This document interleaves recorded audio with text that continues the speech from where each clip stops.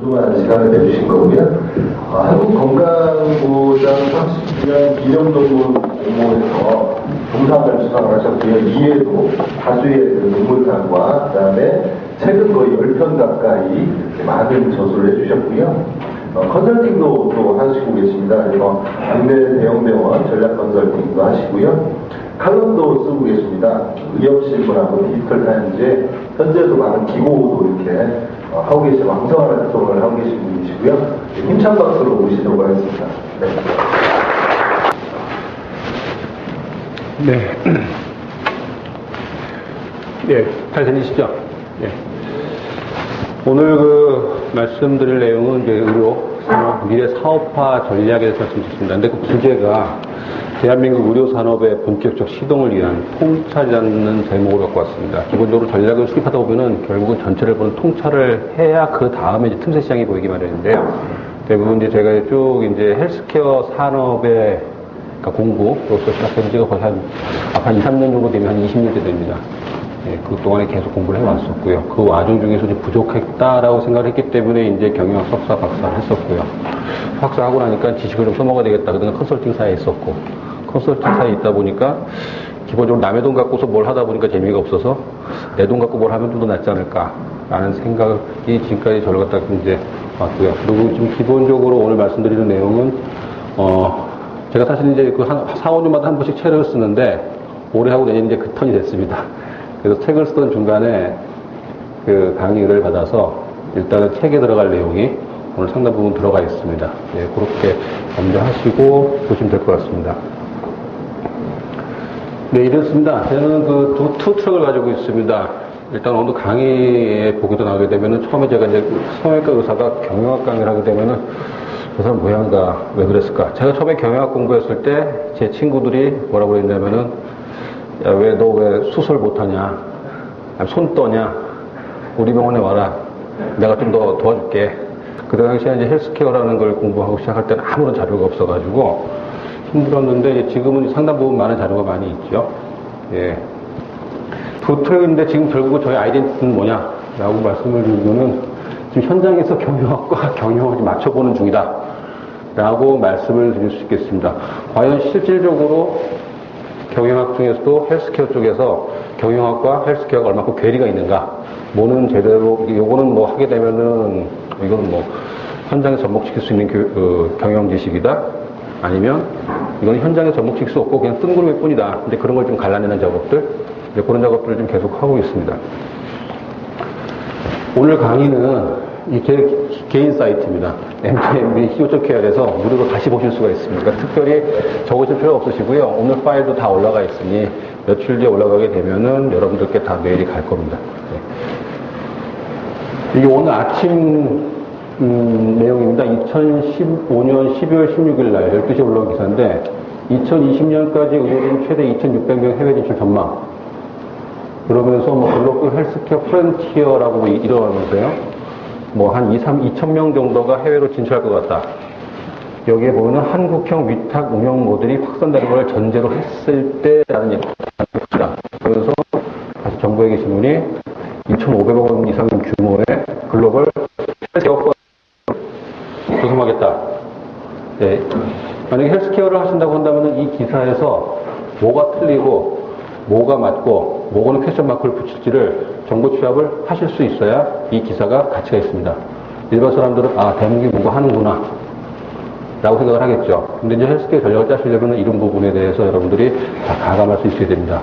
오늘 강의를 마치려면 여기서 어느 게 거짓말이고 어느 게 조금 신빙성에 떨어진 거를 감지하실 수가 있습니다. 또 이런 것도 요즘에 이슈죠. 국제의료사업지원법이라고 생겼습니다. 예, 그러니까 국제의료, 해외로 가서 의료가 매출을 좀 일으키겠다. 라고 해놓은 주요 골자가 이 복지부에 있는 걸 제가 캡처해 온 건데요. 사건 처리 불만과 불법 브로커로 인한 피해를 막겠다. 의료기관 해외 진출의 어려움을 돕겠다. 외국어 광고 금지 및 귀국 환자 지원의 어려움 이런 것들을 이런 법에 의해서 해결해 주겠다라고 이번 국회에 얼마 전에 통과가 됐습니다. 예. 사실은 의료 사고 처리 불만과 불법 브로커로 인한 피해 그 신문상이 많이 있죠. 특히 성형외과, 저 성형외과 의사이기 때문에 압구정동 일어나는 일은 거의 실시간으로 들어옵니다. 예. 근데 실질적으로 의료사고 절차 시 지원으로 시장의 신뢰성이 높아진다? 라고 할 게 아니고 사실은 여기서 막아야 됩니다. 사고가 일어나지 않는 시스템을 먼저 만들어야 됩니다. 근데 그런 시스템은 지금 내버려 두고 국가가 보증해서, 보증보험을 통해서 절차 지원으로 해서 투명성만 높이게 되고 투명성이 안 높아집니다. 안 높아집니다. 예를 들면 의료기관의 해외 진출이 어려운, 그래서 여기 보게 되면 맞춤형 지원으로 성공적인 해외 진출을 이룹니다. 맞춤형 성공 지원이라는 것도 이따 보시면 아시겠지만 벌써 10년 전부터 맞춤형으로 지원하겠다. 라고 해서 재작년에 한번 국가면서 한번 의뢰받은 적이 있습니다. 근데 또 나온 겁니다, 이게. 예. 그리고 기본적으로 의료 서비스 산업이 해외 진출하는 것은 굉장히 어렵습니다. 그런 내용들도, 이게 왜 잘못된 얘기인가? 강의에 나옵니다. 세 번째로 외국어 강복 움직이 귀국 환자 지원 어려움. 그거는 원격 지원으로서 관리를 가능하게 하겠다. 제가 성형외과다 보니까 원격 지원 서비스 지금 하고 있죠. 저희 환자가 제주도, 해외, LA, 중국에서 환자 수술을 받고, 왔다가 수술을 받고 갑니다. 수술을 받고 가게 되면은, 상당 부분 저희가 컨설테이션 하지만, 갔다가, 선생님 여기 조금, 마치 붉은기가 아직 조금 덜 가라앉았어요. 그러면 카톡 찍어서 보내보라고 합니다. 원격 진료 하는 겁니다. 와서, 그러다 보니까 환자분들이 일률적으로 사진을 찍지 못하니까, 저희 홈페이지에 기록하고는 사진 찍는 방법이 있습니다. 그 방법대로 원하시면 저희가 웬만한 거는 그 자리에서 어떻게 하십시오. 라고 처리를 해주고요. 만약에 그게 자세히, 1,500만 화소로도 잘 안 나올, 스마트폰으로 안 나올 경우에는 오시라고 합니다. 근데 상당 부분 대부분 다 병원에 오시라고 하거든요. 실질적으로 보니까. 그걸 감을 잡아서 하는데, 원격진료는 지금 사실은 카톡을 통해서, 아니면 다른 SNS 통해서 원격진료는 지금 시작되고 있습니다. 근데 그 부분에서 상당 부분을 갖다가 지금 해결을 못 하거든요.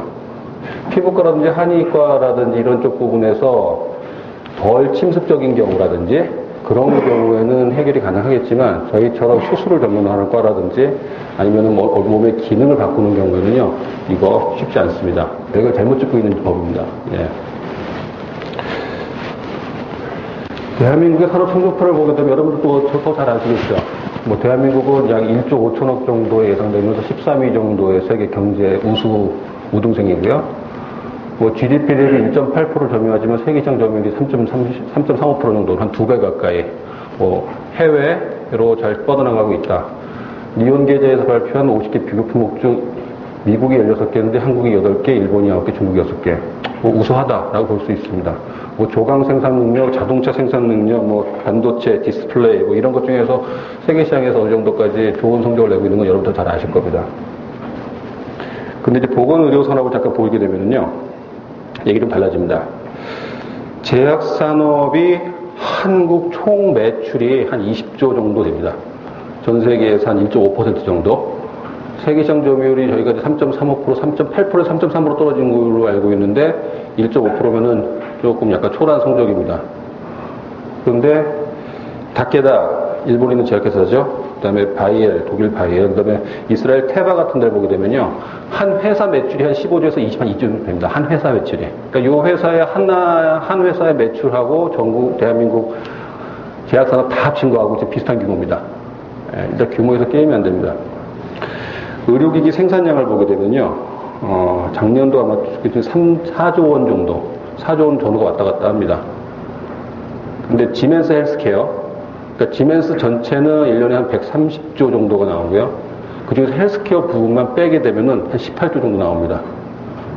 대한민국 전체가 다 합쳐도 지멘스 하나를 갖다가 못 당할 정도가 되는 거죠. 규모에서 지금 엄청 밀리고 있습니다. 제약분야 투자 계획으로서 5년간 약 4조 8천 정도가 예정되어 있고, 아침 기사도 보니까 한미가 이번에 아주 좀 히트를 쳤다 그래가지고서 내년도에는 우리 혁신형 제약기업에 1,000억을 투자하겠다.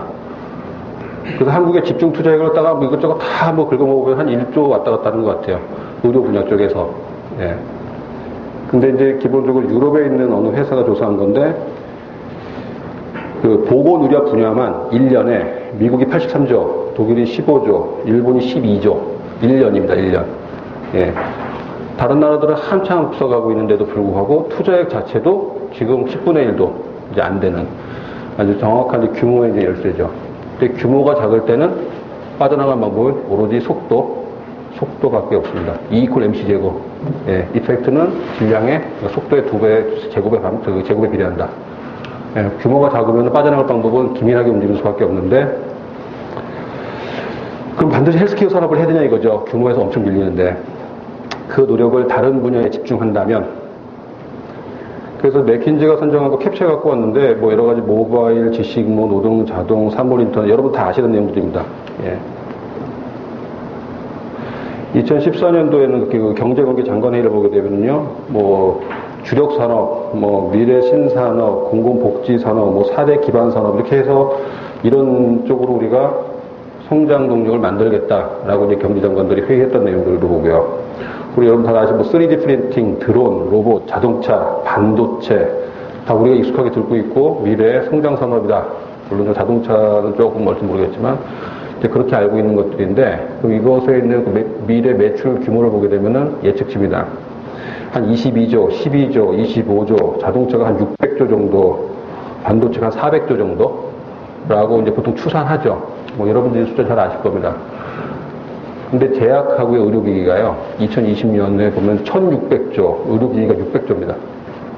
예, 규모 면에서 게임이 안 됩니다. 예. 이것도 당연히 해야 되겠지만, 이쪽은 피해 나갈 수가 없는 영역입니다. 예, 반드시 저희가 헬스케어 산업을 제외하면 최상위 선진국 진입은 쉽지 않을 터다. 이건 누가 봐도 불보듯이 뻔한 얘기입니다. 게다가 여기 있는 그 체크한 것들이 전부 다 그 IT 관련된 부분들입니다. 이거하고 이쪽 부분하고 융합만 잘 일어날 수 있다고 한다면은 그 폭발력은 대단할 거라고 누구도 쉽게 예측을 할 수 있습니다. 그래서 이슈들을 보게 되면은 이런 얘기죠. 의료비 상승을 억제하라. 제약산업을 육성하라. 기기산업 육성하라. 여러분들 네이버에 보시게 되면은 뭐 쉽게 찾아볼 수 있는 내용들입니다. 예, 열심히들 하고 있죠. 근데 이런 현재 시도를 지속하면 대한민국의 의료산업 강국이 되겠냐 이거죠. 2015년에 한국을 보게 되면 효율적 복지국가와 헬스케어 산업의 강국이 되고 싶은데 원격 진료를 해야 되냐 말이냐 지금 그 공부하고 앉았고요. 해외 진출을 해야 되는데 병원은 수출 안 되고 제약도 수출 안 되고 해외 관광 매출도 줄어들고 여기 뭐 이렇게 성장률이 별로 뚜렷하지 않고요. US는 시범 사업만 계속 10년째 계속 출창하고 있습니다. 혁신형 제약사 지원으로서 41개 선정을 했는데 41개사에 내거는 그 정부 지원금이 1,000억 정도 됩니다.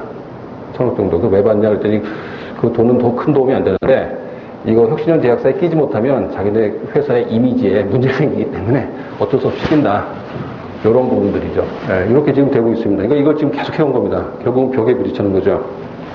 제가 이런 원대한 꿈을 가지고서 뭐 이렇게 지금 헬스케어 산업부에서 무슨 뭐 전략을 공부하고 여러분들한테 강의하려고 사실 만든 책은 아니고요. 저도 이제 그 병원에서 이제 의원이라고 한다면은 가장 기본적이고 그 클래스로 얘기하면 가장 아래에서 움직이는 아주 기초 그 기관입니다. 저도 이제 의료 플레이어를 하면서 나름대로 이제 헬스케어의 구조를 알고 있으니 이걸 베스트 플랫 모델 기업으로 좀 만들고 싶은 생각이 있습니다. 병원 자체는 안 되지만 이렇게 돌리는 방법들이 있습니다. 모델적으로 하는 방법들이 있고 그런 걸 좀 찾아나가고 있는 중이고 플랜은 서 있는데 역시 기업은 역시 액션이 문제더라고요. 예.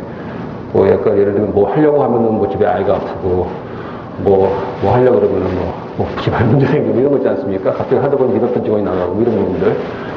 수도 없는 그걸 하다 보면서 베스트 모델 기업은 플랜은 가지고 있는데 이걸 어떻게 하면 지금 이 벽을 뚫고서 넘어갈 수 있을까? 나도 생각 중에 이런 생각을 좀 같이 하게 된 내용이죠. 그렇게 해서 하다 보니까 정리된 내용들입니다. 그래서 오늘은 헬스케어 산업의 주요 이슈들이 이렇게 많이 있지만 여러분들이 네이버에서 찾아보실 수 있는 그런 내용은 하지 않습니다. 예.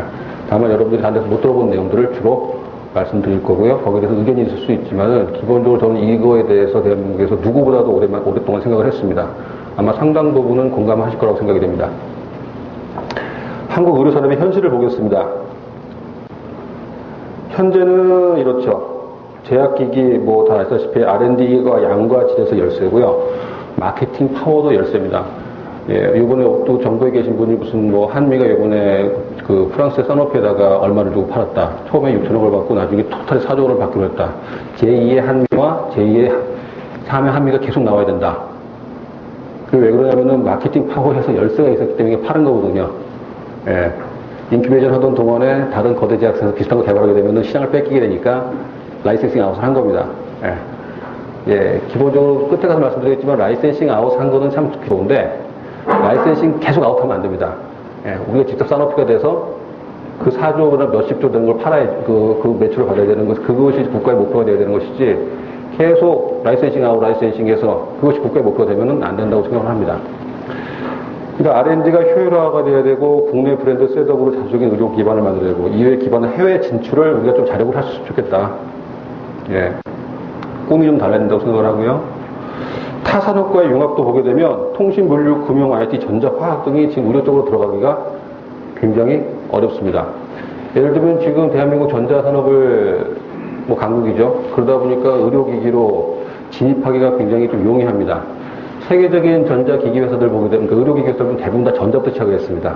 지멘스도 마찬가지고요. GE도 마찬가지고 필립스도 마찬가지입니다. 전자가 기반이 되면 의료기기가 들어가기 쉬운데 대한민국에서 지금 전자가 기반이 된 큰 두세 개 기업 중에서 지금 진입을 시도하는 데는 삼성 하나뿐입니다. 다른 데게 못하고 있습니다. 그 이유가 있습니다. 예, 그 이유가 있습니다. 어쨌든 지금 이런 것들이 들어가지 못해서 융합을 못 시키고 있다. 병원 의료 서비스 쪽을 봐더라도요, 환자 전달 체계가 아주 불합리하죠. 예, 전라북도에 계시는 분이 당뇨 잠깐 체크하러 서울에 있는 빅5 병원에 옵니다. KTX 타고요. 예, 예, 동네에서 그냥 해도 되는데. 예. 그리고 이제 뭐 해외 진출, 해외 환자 유치를 한다고 하는데 사실 성적표는 그렇게 썩 좋지 못합니다. 근데 이제 추후에 우리가 꿈꾸는 서비스는 이런 서비스들이죠. 예. 의료와 복지를 봐도 의료비는 상승이 계속되는데 지금 잡을 수 있는지는 못하고 아주 OECD 국가만큼 안 돼 있으니 아직은 안심이다. 예. 예.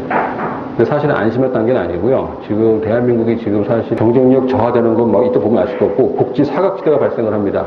예. 애기였고 그 임산부가 애기 낳을 데가 없어가지고 한 2시간 반 정도 뭐 가서 뭐 유산됐다 이런 얘기를 뭐 가끔 보시죠. 뭐 이런 의료 사각지대 이런 거 좀 없어져야 되겠다. 미래는 좀 이랬으면 좋겠다. 그래서 실제로 보시게 되면은 제약기기는 아이디어가 여기까지 마케팅까지 끌고 가기가 굉장히 어렵습니다. 예, 무슨 모래사장에서 모래알 줍는 심정으로 제약산업은 진행되고 있고요. 예. 이거는 뭐 기기회사라든지 뭐 전부 다 마찬가지입니다. 통신, 물류, 금융이 메릴 베이스드 컴피티션에 참여에 제한이 되죠. 서로 연결이 안 돼 있는 겁니다. 예를 들면 아까 제가 말씀드렸던 이렇게 체크된 것들이 이쪽으로 융합이 좀 안 되고 있죠. 또 하나 기현상은 뭐냐면 대한민국에 지금 병원 산업이 발전하고 있다고 그러는데 정상적인 의료 산업의 구조로 한다면 제약 산업이나 기기 산업이 먼저 발전하고 병원 산업은 거기 지원이 돼야 되는 것이지 병원 산업이 먼저 발전하는 거는 이게 조금 약간 기현상입니다. 왜냐하면 제약이나 기기는 의료 마진 폭이 그러니까 이 영업이익 폭이 높습니다. 병원은 영업이익 폭이 얼마 안 됩니다. 영업이익 폭이 얼마 안 되는 것을 수출하겠다. 좀 이게 앞뒤가 안 맞는 얘기가 지금 하고 있는 겁니다. 예. 그 얘기가 왜 그 정부가 틀렸는지도 좀 있으면 나옵니다. 또 예를 들면 병원 및 헬스 프로바이더를 보게 되면은 메디칼 암 컴피티션 하는 건 뭐냐면 대형 병원들이 무장을 한다 그 얘기입니다. 왜냐면 대학병원을 가려고 그러는데 규모 이외에는 환자 입장에서 선택할 수 있는 그게 없어요. 그리고 네이버에 보면 어느 부분이 유명하다. 네이버에 보니까 어느 분이 유명하다. 뭐 그거 외엔 볼 게 별로 없습니다. 그게 별 게 없습니다. 예. 그러다 보니까 겉으로 보니까 크게 큰 규모화가 되고 큰 병원들은 최소한 들어가면은 나빠지진 않겠지라는 막연한 기대감. 그러니까 B5 병원으로 환자들이 몰리죠. 대형 병원으로 입수되고 적재적소 인력 부족 과잉은 아까 말씀드린 것처럼 의사 숫자는 지금 엄청 많아지고 있습니다. 1년에 한 3,000명, 거의 4,000명 가까이 나옵니다. 거기다 한의사까지 포함하게 되면요. 치과까지 가면 엄청나게 숫자 많은데 실질적으로 구인구직을 해보면은요. 그렇게 좀 약간 입맛에 딱딱 맞게끔 아니면 어느 정도까지 같이 일할 수 있는 그런 사람들이 많지 않습니다. 마치 뭐하고 비슷하냐면 대한민국의 구인구직자는 많은데 기업에서 인력을 채용하려고 보니까 인력 채용할 인력이 없다. 뭐 그거하고 비슷한 거라고 보시면 돼요. 그다음에 기능적 니드 환자를 해부학적 보건의료조직으로 대응을 하는데, 예를 들자면은 지금 과거에는 임상과가 내과, 외과, 산부인과, 소아과 이런 게 23개과가 있는데 이게 분과가 돼서 지금 거의 150개과입니다. 심평원에 보게 되면 각자 또 나와 있어요. 심장내과, 무슨 내과, 소화기 내과 다 분리되어 있습니다. 예를 들면 제가 손을 다쳤어요. 손이 다쳐가지고서 어느 병원에다 딱 집어넣고 나서 내 손을 좀 고쳐주세요 라고 얘기를 했을 경우에 그냥 손에 관련돼서 전부 다 알고 있는 손 전문의가 한번 들어가가지고 고치는 거 하고, 뼈는 정형외과, 예를 들면은 그쪽 부분에 무슨 또 관절 부분은 무슨 과, 그 다음에 재활은 무슨 과, 피부는 무슨 과, 동의답을 한 6명이 들러줬다고 한 경우에 의료비가 어느 쪽이 많이 들겠습니까? 그런데 예를 들면은 또 그 중에 한 명이 내가 다, 나머지 6개 내가 다 공부해서 알려줄게. 할 수도 있죠. 할 수 있습니다. 근데 지금 그렇게 되는 이제 현상이 융합된 현상이 되는데 지금 그런 현상이 안 일어나고 있습니다. 미미하게는 일어나고 있어요. 미미하게 일어나고 있는데 그 협력을 끌어내는 거는 지금 굉장히 어렵습니다. 그러다 보니까 의료비 수가가 거기서 같이 반등하는 거죠. 기능적 리드, 손만 고쳐달라고 했더니 해부학적으로 이 다 피부과에 싹 나눠갖고 들어오다 보니까 이 의료비가 이렇게 올라가고 시간 늘어나게 되고 타이밍 놓치고 이런 일이 벌어지는 겁니다. 기능적 분담이 잘 안 되고 협력이 잘 안 된다고 이런 얘기는 다 소프트웨어, 여러분들 읽어보시면 아는 내용들이고요. 예를 들면 이제 메디칼 서비스 산업의 이제 부족을 좀 더 얘기 드리면은 이게 한 2년 전 기사입니다. 메디칼 코리아 벨트 실현이 본부처 사령탑 구축, 동남아에다가 병원을 수출하겠다 그 얘기입니다. 그래서 2013년에 제가 헬스케어 포럼에서 아마 그 프로젝트를 기억하는데 제가 여기 접니다. 예. 이게 패널로 들어가서 했는데 지금 어떻게 그때 보면 한 3대1로 감독 불복을 했어요. 이건 어렵다. 근데 된다. 그로부터 1년 뒤에 근데 그때 이유가 뭐냐면은 미국에 이게 최상위 병원들입니다. 병원이 한 몇백 개씩 갖고 있는 병원들인데 몇백 개에서 한 몇십 개 정도. HCA 그룹만 봐도 총 소속 병원 한 170개 중에서 해외로 진출한 거는 5개 내외입니다. 그것도 나머지 4개 정도 런던으로 진출했고요. 하나 정도가 중동의 두바이인가 어디로 갔습니다.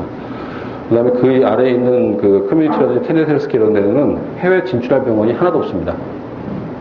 이 병원들이 기술이 없어서 돈이 없어서 해외 진출할 능력이 없어서 못하겠냐 이거죠. 예.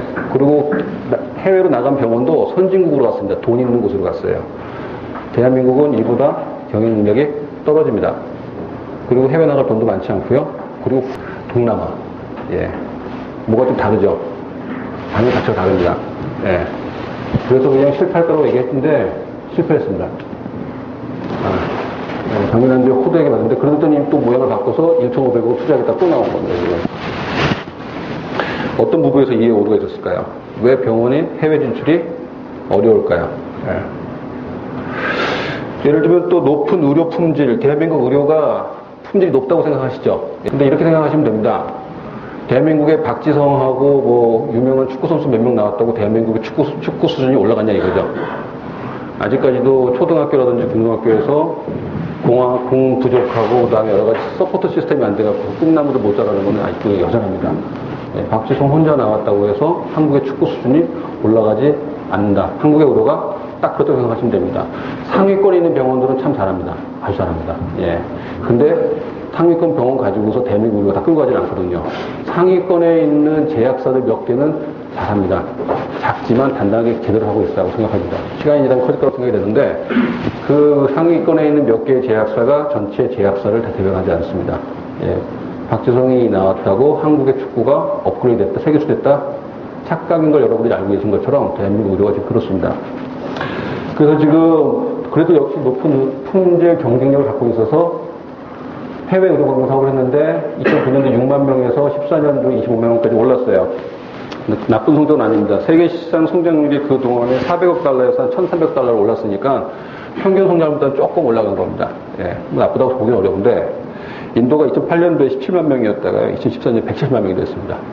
지금은 세계 6위인가 그렇습니다. 1위가 태국, 2위가 멕시코인가 그렇습니다. 멕시코가 그랬던 이유는 뭐냐면은 미국에 있는 사람들이 다 내려와서 받으니까 그런 거고요. 그 다음 3위가 의료 수가가 비싼데도 미국이 3위입니다. 한국은 그 해에 없어요. 인도가 한 6위쯤에 링크됐는데 같은 기간에 이렇게 됐다고 한다면 이유를 불문하고 뭐가 잘못되지 않았냐 이거죠. 그래도 우리가 여기서 계속 미련을 버리지 못하는 이유는 의료관광산업이 이쪽에는 이 산업보다 우리가 유망산업이라서는 3D 프린팅, 드론, 로봇 이 시장보다 훨씬 큽니다. 그러니까 이쪽도 간구하기는 어려운 시장이다. 어떻게든 간에 머리를 맞대고 가야 된다. 이렇게 말씀드릴 수 있겠습니다. 보건제도 문화를 보시게 되면 뭐 여러분들 지금 느끼시는 것처럼 뭐 100년 100개의 합리적 제도보다는 당장의 이제 내지는 총선 뭐 이런 것 때문에 이제 포퓰리즘에 휩쓰는 경우를 보건의료 쪽에서 가장 많이 봅니다. 프로바이더 컨슈머 모럴 해저드 요즘에 나온 이슈 중에 하나가 저거죠. 다나 의원 반을 다시 쓰고 모럴 해저드 중에 하나입니다. 예.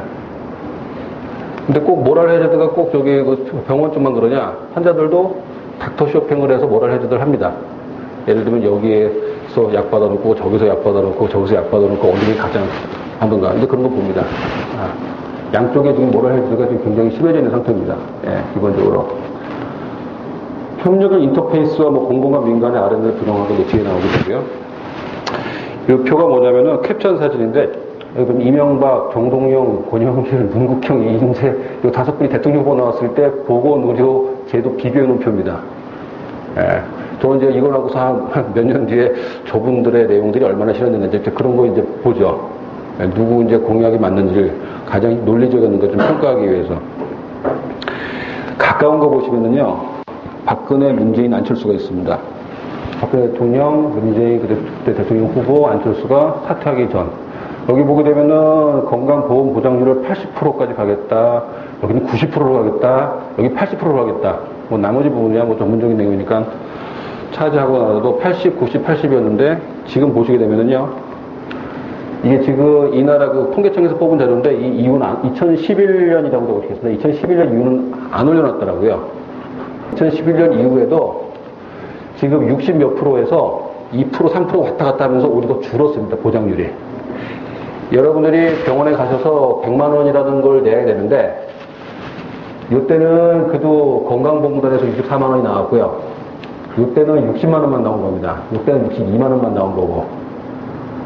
예를 들면 100만 원에 지불할 돈이 나왔다면은 90만 원, 뭐 100만 원까지 다 대주면 참 좋겠지만 그걸 따고 80만 원까지는 내준다고 공약을 했는데 이게 지금 계속 흔들리고 있는 거예요. 흔들리고 있는 겁니다.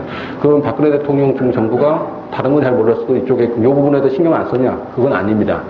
그건 아닌데 요것도 지금 얼마 전에 뽑은 건데도 불구하고 2011년 자료밖에 안 올랐어요. 그래도 한국이 지금 58.2%로 공공의료비가 한 60% 정도 지원되어 있고 그러면서 아직까지 OECD 평균이 71, 2% 되니까 한국은 아직까지도 여력이 남아있다라고 안심하고 있죠. 근데 올라가는 속도는 거의 2배입니다. 예, 이게 지금 위험하다는 거죠. 이 성장 엔진이 꺼지지 않는다는 겁니다. 그러니까 치고서 1위로 등극할 날도 얼마 남지 않았다라는 내용들이 대다수 보고서의 내용입니다.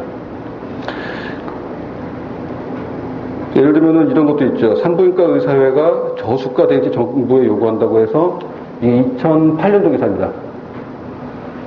우리 지금 수가가 모자라니까 돈 좀 올려줘. 정부에서 니네 의사들 잘 살잖아. 앓는 소리 하지 마. 더 일단은 고통 분담해. 라고 해서 묵살을 흘려줬겠죠. 그 결과가 어떻게 나타나고 있냐면은 이렇게 나타나고 있습니다. 그 결혼을 안 하고 출산율이 떨어지니까 아기들이 주는 거는 뭐 알겠는데 모성 사망률이 더 올라가고 있습니다. 이거 일어나지 않는 일이 지금 일어나고 있는 거죠. 예. 이러고서 지금 박지성 한 명을 가지고서 한국의 의료 수준이 높다 얘기할 수 있느냐 이거죠. 예. 부족한 보건의료제도가 정부 의료산업계 소비자가 지금 거의 그 의료비 폭탄 돌리기를 하고 있죠.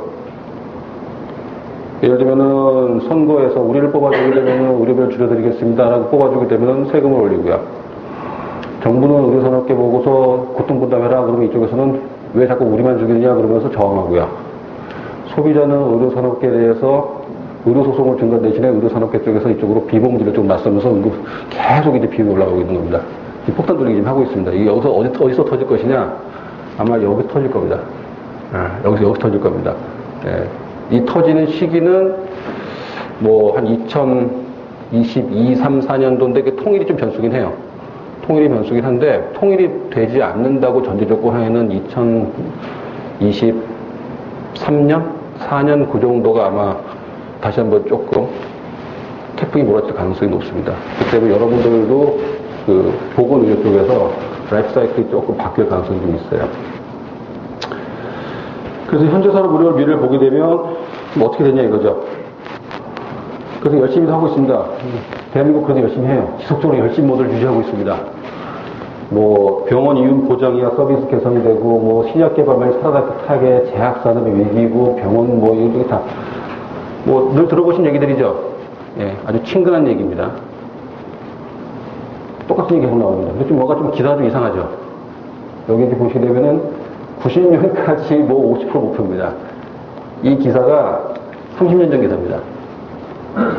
30년 전 기사인데 30년 전 기사가 지금 들어도 친근하다는 얘기는 대한민국이 30년 동안 발전이 못했다.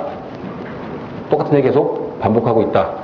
라고 생각을 하셔도 되는 내용들입니다. 네. 뭐 그때나 지금이나 기사 검색하다 보니까 내용이 계속 똑같아요. 똑같습니다. 30년 전 기사입니다. 그래서 뭐 어떻게 할 것이냐. 그러다 보니까 요즘 뭐 바이오 3D 프린팅, 로봇, 드론, IoT, 뭐 그다음에 뭐 산물 인터넷, 빅터넷 이게 요즘 소위 말하는 그 사회에서 좀 경영 이슈들 아닙니까? 이 경영 이슈들을 엄청 접목을 해요. 왜? 창조는 편집이니까, 끼워 맞추기니까. 빅데이터를 갖다가 의료에 갖다 쓰면 낫지 않을까? 로봇을 갖다가 넣으면 낫지 않을까? 태양광을 해서 24시간 안전적인 전기를 공급하겠다. 3D 프린팅, 아니면 무슨 뭐 공유경제, 뭐 별얘기 다 나오죠. 갖다 붙이기 시작했습니다. 근데 갖다 붙여가지고 되겠냐 이거죠. 지금 바꿔야 됩니다. 열심히 해서 된다는 게 아니고 이제 스마트 해야 되는데 그 스마트 하는 방법이 이제 지금 이후에서 나옵니다. 지금까지 여기 했고 진단 투비 처방에 갈수록 이제 조금 빨라집니다 내용이요. 진단부터 하겠습니다. 여러분들 기본적으로 다들 경영 공부하시기 때문에 뭐 기본적인 내용들은 다 알고 계시라 생각되기 때문에 그 설명을 크게 요하지 않는 건 넘어가도록 하겠습니다. 산업 생태계의 기본 구조는 세 가지입니다. 투자, 내수, 수출. 이 세 가지 맞물려 들어가야지 국부가 창출이 됩니다. 내수를 보려면 국내 생태계를 봐야 되고요. 수출을 보려면 해외 생태계를 봐야 됩니다. 먼저 국내 생태계 먼저 보겠습니다. 뭐 그림 복잡한 것 같은데요. 무슨 기업에서 신제품을 만들게 되면 건강보험공단 심평원에다 등록을 하고 병원에 들어와서 병원에서 보험 적용이 되어 국가에서 돈 보태주냐 이거죠. 아니에요. 이거는 국가에 돈 보태주는 게 아니라 본인이 부담하셔야 될 금액이에요 해서 개인 의료비가 나오고 이것이 다시 투자가 되고 해서 이게 아주 스키마틱하게 그린 대한민국 보건의료의 순환도입니다. 이 순환도에서 핵심은 뭐냐면요. 병원 서비스가 공공과 민간이 합쳐 있다는 겁니다. 예를 들면 제가 응급실 갔어요. 저희 어머니가 어디 아프셔서 응급실 갔습니다. 응급실 갔더니 돈이 없으니까 6인실을 원했어요. 그럼 6인실을 있습니까? 없습니다. 지금 다 6인 다 차서 지금 1인실, 2인실밖에 안 남았습니다. 그럼 어떻게 해야 돼요? 거기서 어머니 모시고 딴 데 갈 수 없잖아요. 아픈데. 예. 1인실 들어갑니다. 그러면서 몇십만 원이 붙기 시작합니다. 그러고 와서 뭔가 좀 처치를 하려고 그러는데, 이거는 보험 적용되는 거고요. 이거는 조금 한 10% 더 좋은데 보험 적용이 안 되거는 본인이 부담하셔야 돼요. 나를 평생 기르신 어머니인데. 조금 비싸더라도 이걸 써야죠. 여기 계신 분들은 대부분 공통점이 있습니다. 자기한테는 돈 별로 잘 안 쓰시는 남자분들, 여자분들이시고요. 부모님하고 가족한테는 돈을 막 쓰시는 나이대입니다, 지금이. 지금 여러분들이 아프시면 안 되는 거예요. 아프시면 병원 자체, 집안 자체가 이제 휘청거리는 이제 그런 나이대이신데, 여러분들은 옷 하나 아끼더라도 병원에 가게 되면은 부모님, 자식들, 그다음 누구 가족, 뭐 하겠다 그러면 더 좋은 거, 조금이라도 더 좋은 거, 의료인데, 목숨에 관련된 부분인데, 쓰죠. 그러면서 가격이 올라가기 시작을 합니다. 올라가기 합니다. 예. 기본적으로. 이 두 부분이 민글돼 있어요. 이 같이, 이쪽이 많아진다고 적어지는 구조가 아니고, 이쪽이 많아지면 이쪽도 같이 많아지는 구조입니다. 예를 들자면은, 여러분들이 어느 부분에 무슨 콩팥에 관련된 질환이 있었어요. 콩팥에 관련된 질환에 대해서 그걸 치료해주는 거는 뭐 전액 무료로 하겠다. 무료가 안 됩니다. 왜냐면 그 콩팥에 관련된 질환을 알아내기 위해서 혈액검사부터 시작해서 CT 찍고 MRI 찍고 하는 거는 다 여러분들로 내셔야 돼요. 그렇죠? 그러면은 이쪽의 부분에 대해서 이거 한 일예입니다. 이거 듣고서 무슨 어떤 분이 또 좀 반론일 수도 있겠지만, 뭐 저는 실제 사례만 말씀드리는 거예요. 이쪽 치료비는 건강보험공단을 적용을 해서 다운을 시켰는데, 그 중간에 들어간 비용은 다 개인 부담입니다. 같이 올라가는 문제입니다. 그러다 보니까 성장률 보면서, 물가 상승률 보면서 맞추기 시작하는 부분이죠. 예. 공공과 민간이 혼합 상태된 게 지금 생태계 발전이 매우 어려운 구조입니다. 민글되어 있는 거죠. 이 사람이 나가니까 뒤에서 잡아당기고, 또 저 사람 나가고 집어당기고, 잡아당기고 있지 않습니까, 지금 이렇게. 민영은 자기가 그 고급 의료 서비스를 받고 고급으로 돈을 내겠다, 많이 내겠다 하는 굉장히 단순한 논리에도 불구하고 시민단체가 들고 일어납니다. 민영화 얘기만 나오게 되면 난리가 납니다. 왜? 이것 때문에 그렇습니다. 민글돼 있어서 섞여 있어서 그렇습니다. 영향을 받으니까 같이 덩달아 올라가기 때문에 그렇습니다. 딱 구조가 그렇게 돼 있어요. 그러다 보니까 건강보장률을 80%를 한다고 하더라도요, 이게 일부의 그 돈을 담으면 그대로 이렇게 올라오면 되는데, 돈을 아무리 이렇게 쏟아부어도 바닥에서 받쳐주지 못하기 때문에 이게 계속 이런 겁니다. 아마 60%에서 65% 정도 이상 올라가면 70% 돌파하기 힘들 겁니다. 대한민국에서는. 이 구조 때문에. 80%까지 상승은 거의 바라는 사람도 없어 보이는데, 누가 각각 정당에서 80%까지 가능하다고 얘기하는지는 한번 따져봐야 될 일입니다. 예, 경제학자들도 보건 어렵다고 하는데, 공약에는 반드시 이렇게 나오거든요. 첫 번째 문제는 뭐냐면, 민간과 공공이 혼재되어 있어서 같이 동의를 해줘야 될 국민들이 반대한다는 겁니다. 산업화 자체를요. 예. 산업화 자체를 반대하면 산업화하지 말아야죠. 예. 만약에 산업화해야 된다고 한다면은 국민들을 안심시키고 가야 됩니다. 가장 큰 이슈 중에 하나입니다. 두 번째 이슈는 뭐냐면, 생태계 흐름의 변화를 보면 이렇게 됐습니다.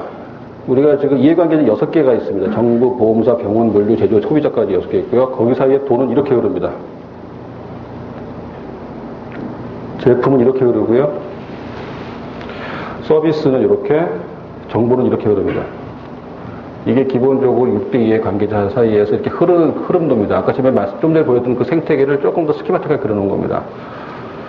거기에 하나 더 아셔야 될 게 이겁니다. 흐름이 의사 중심에서 제3자 정부 중심, 소비자 중심 넘어갔다. 이건 뭐냐면, 예를 들자면 제가 병원에서 A라는 약을 처방을 했어요, 환자한테. 예. 그러면 그거에 대해서 잘못 처방했다고 가정을 하겠습니다. 잘 처방을 못했다. 그럼 의사가 중심이던, 의사가 의사를 컨트롤했을 때는 어떻게 되면 아무도 제가 잘못 처방한 걸 몰라요. 누가 합니까? 저를 가리킨 교수님만 압니다. 내가 너를 그렇게 가리켰느냐 하면서 종아리 치던 시절이 저의 은사님의 은사님 시절에 있었어요. 이게 벌써 몇십 년 전 일입니다.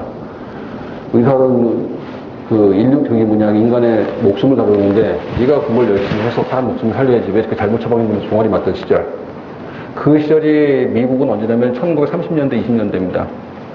플렉스너 보고서라든지, 플렉스너 보고서라는 것은 미국 자체가 우리 병원의 의과대학이 너무 방만하다. 자체적으로 의과대학의 수준 안 되는 의과대학은 다 떨어뜨리자고서 감축했던 게 플렉스너 보고서고요. 그 의사들이 하는 겁니다. 그 다음에 기본으로 지금의 각각의 병원에 저 병원이 잘 고치는지 평가하는 거는 미국의 외과 의사들이 처음 시작한 겁니다. 정부가 먼저 시작한 일이 아닙니다. 근데 그렇게 하다가 자체적으로, 왜 의사를 컨트롤 하면 의사밖에 없었으니까 그들이 이게 뭘로 넘어왔냐면요, 제3자 메이드 케어라는 건 뭐냐면은, 지금 기본적으로 의료라고 하는 거는 이게 굉장히 돈이 많이 들어가는 작업인데 이거 의사들한테 맡겨두면 안 되겠다.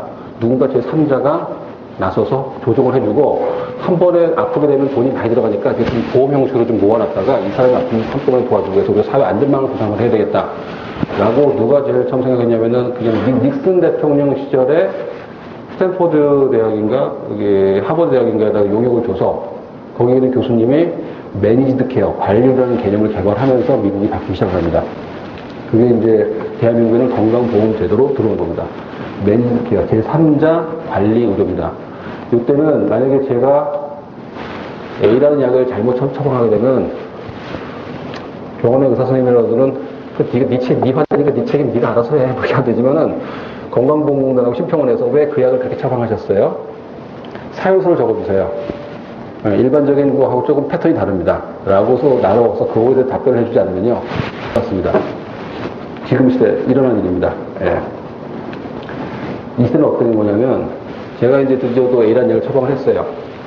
그러더니 환자분이 오셔서, 선생님 네이버에 봤더니 그 약 처방하는 게 아니라고 하던데요.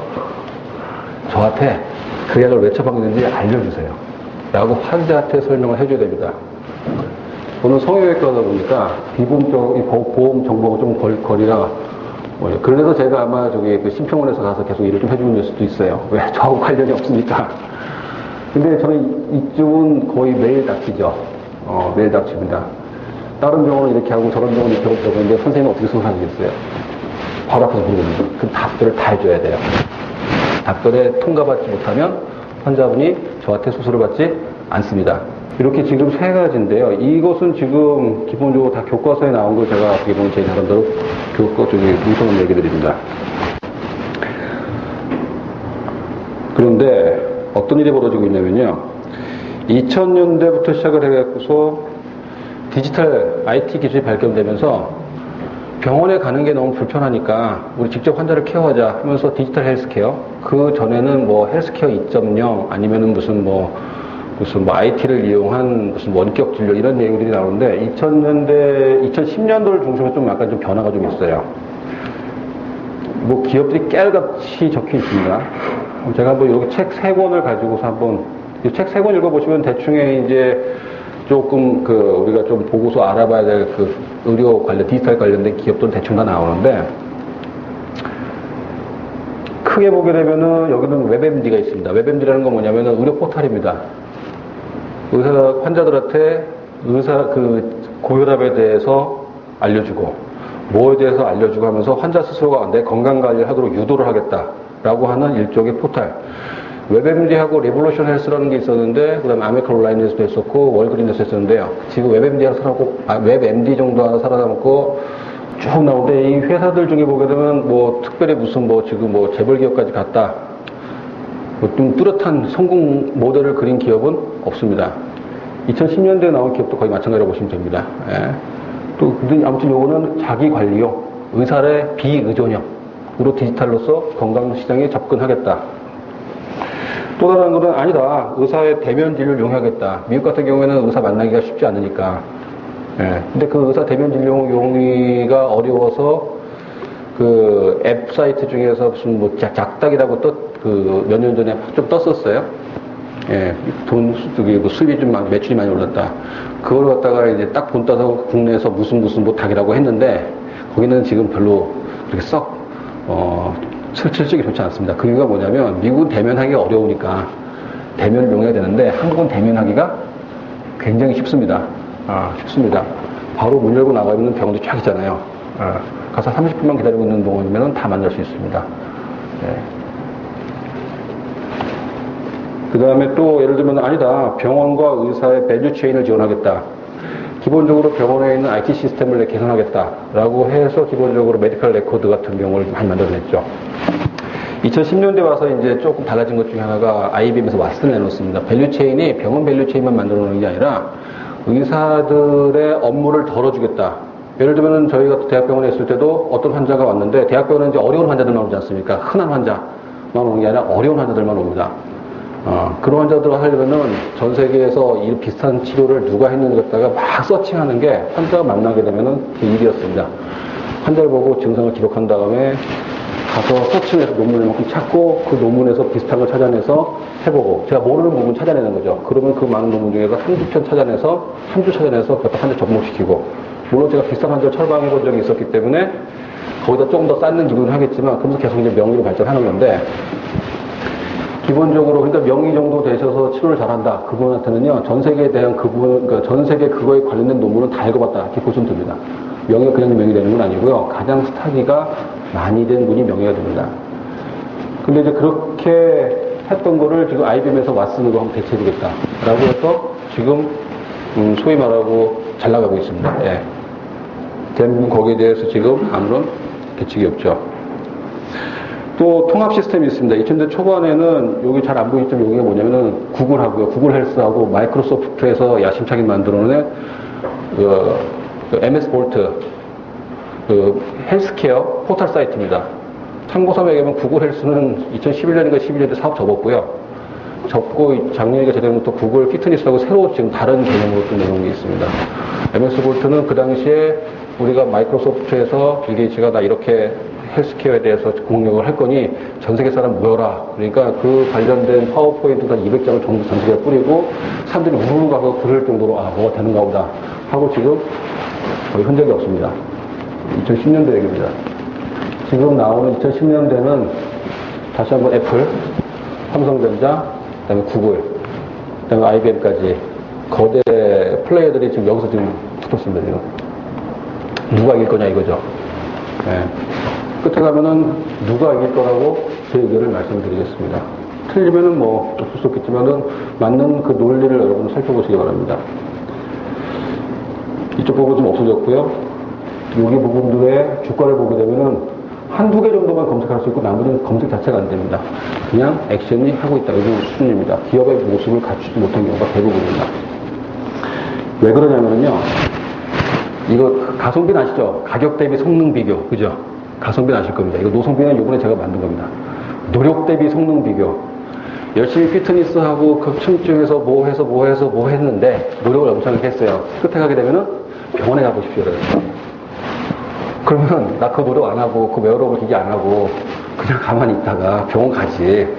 나도 몸이 좀 약간 안 좋고 그런 거 나도 알 수 있는데 병원 가까이 오면 내가 그 노력을 왜 하냐 이거죠. 가격 대비 노력 대비 성능이 안 나오니까 이쪽 부분 기업들이 성과가 안 좋은 겁니다. 예, 성과가 안 좋은 겁니다. 근데도 계속 일로 가서 무슨 기회가 있어서 들어가는 거죠. 이것이 해결되지 않으면 여기 들어가서 기회는 없다고 거의 제 생각에는 뭐 제가 확신을 갖고 얘기해 줄 수 있습니다. 예. 이쪽도 가격 대비 성능이 안 좋죠. 미국은 되지만 한국은 안 됩니다. 근데 가격 대비 성능이 되는 나라들이 있어요. 북유럽 국가들. 넓고 눈 오고 그러다 보니까 전화로 하는 경우. 그 다음에 의사 선생님들이 대부분 다 국가 소속이다 보니까 환자가 와서 진료받고 가는 그 시간, 왔다 갔다 하는 시간, 버스비, 차비, 왔다 기다리고 하는 그 노동력 상실비, 이런 거 플러스 그냥 전화로 했을 때 국가의 그 뭐라 그럴까, 그 매출 마이너스, 그러니까 그 손해가 누가 더 나으냐 따지게 되면은 공공의사가 있는 나라에서는 원격 진료, 대면 진료가 이게 분명히 가격대 성능 비교 했을 때 국가적으로 이익이 있습니다. 그래서 공공의료가 활성화된 국가에서는 이쪽의 원격 진료가 지금 성장하고 있는 거예요. 한국은 안 되죠. 왜냐면 원격 진료 한다고 막 하는 것보다 그것 때문에 지방에 있는 할머니들이 그 의원에 가는 게 아니고요. 집에서 혼자 있기 힘들어서.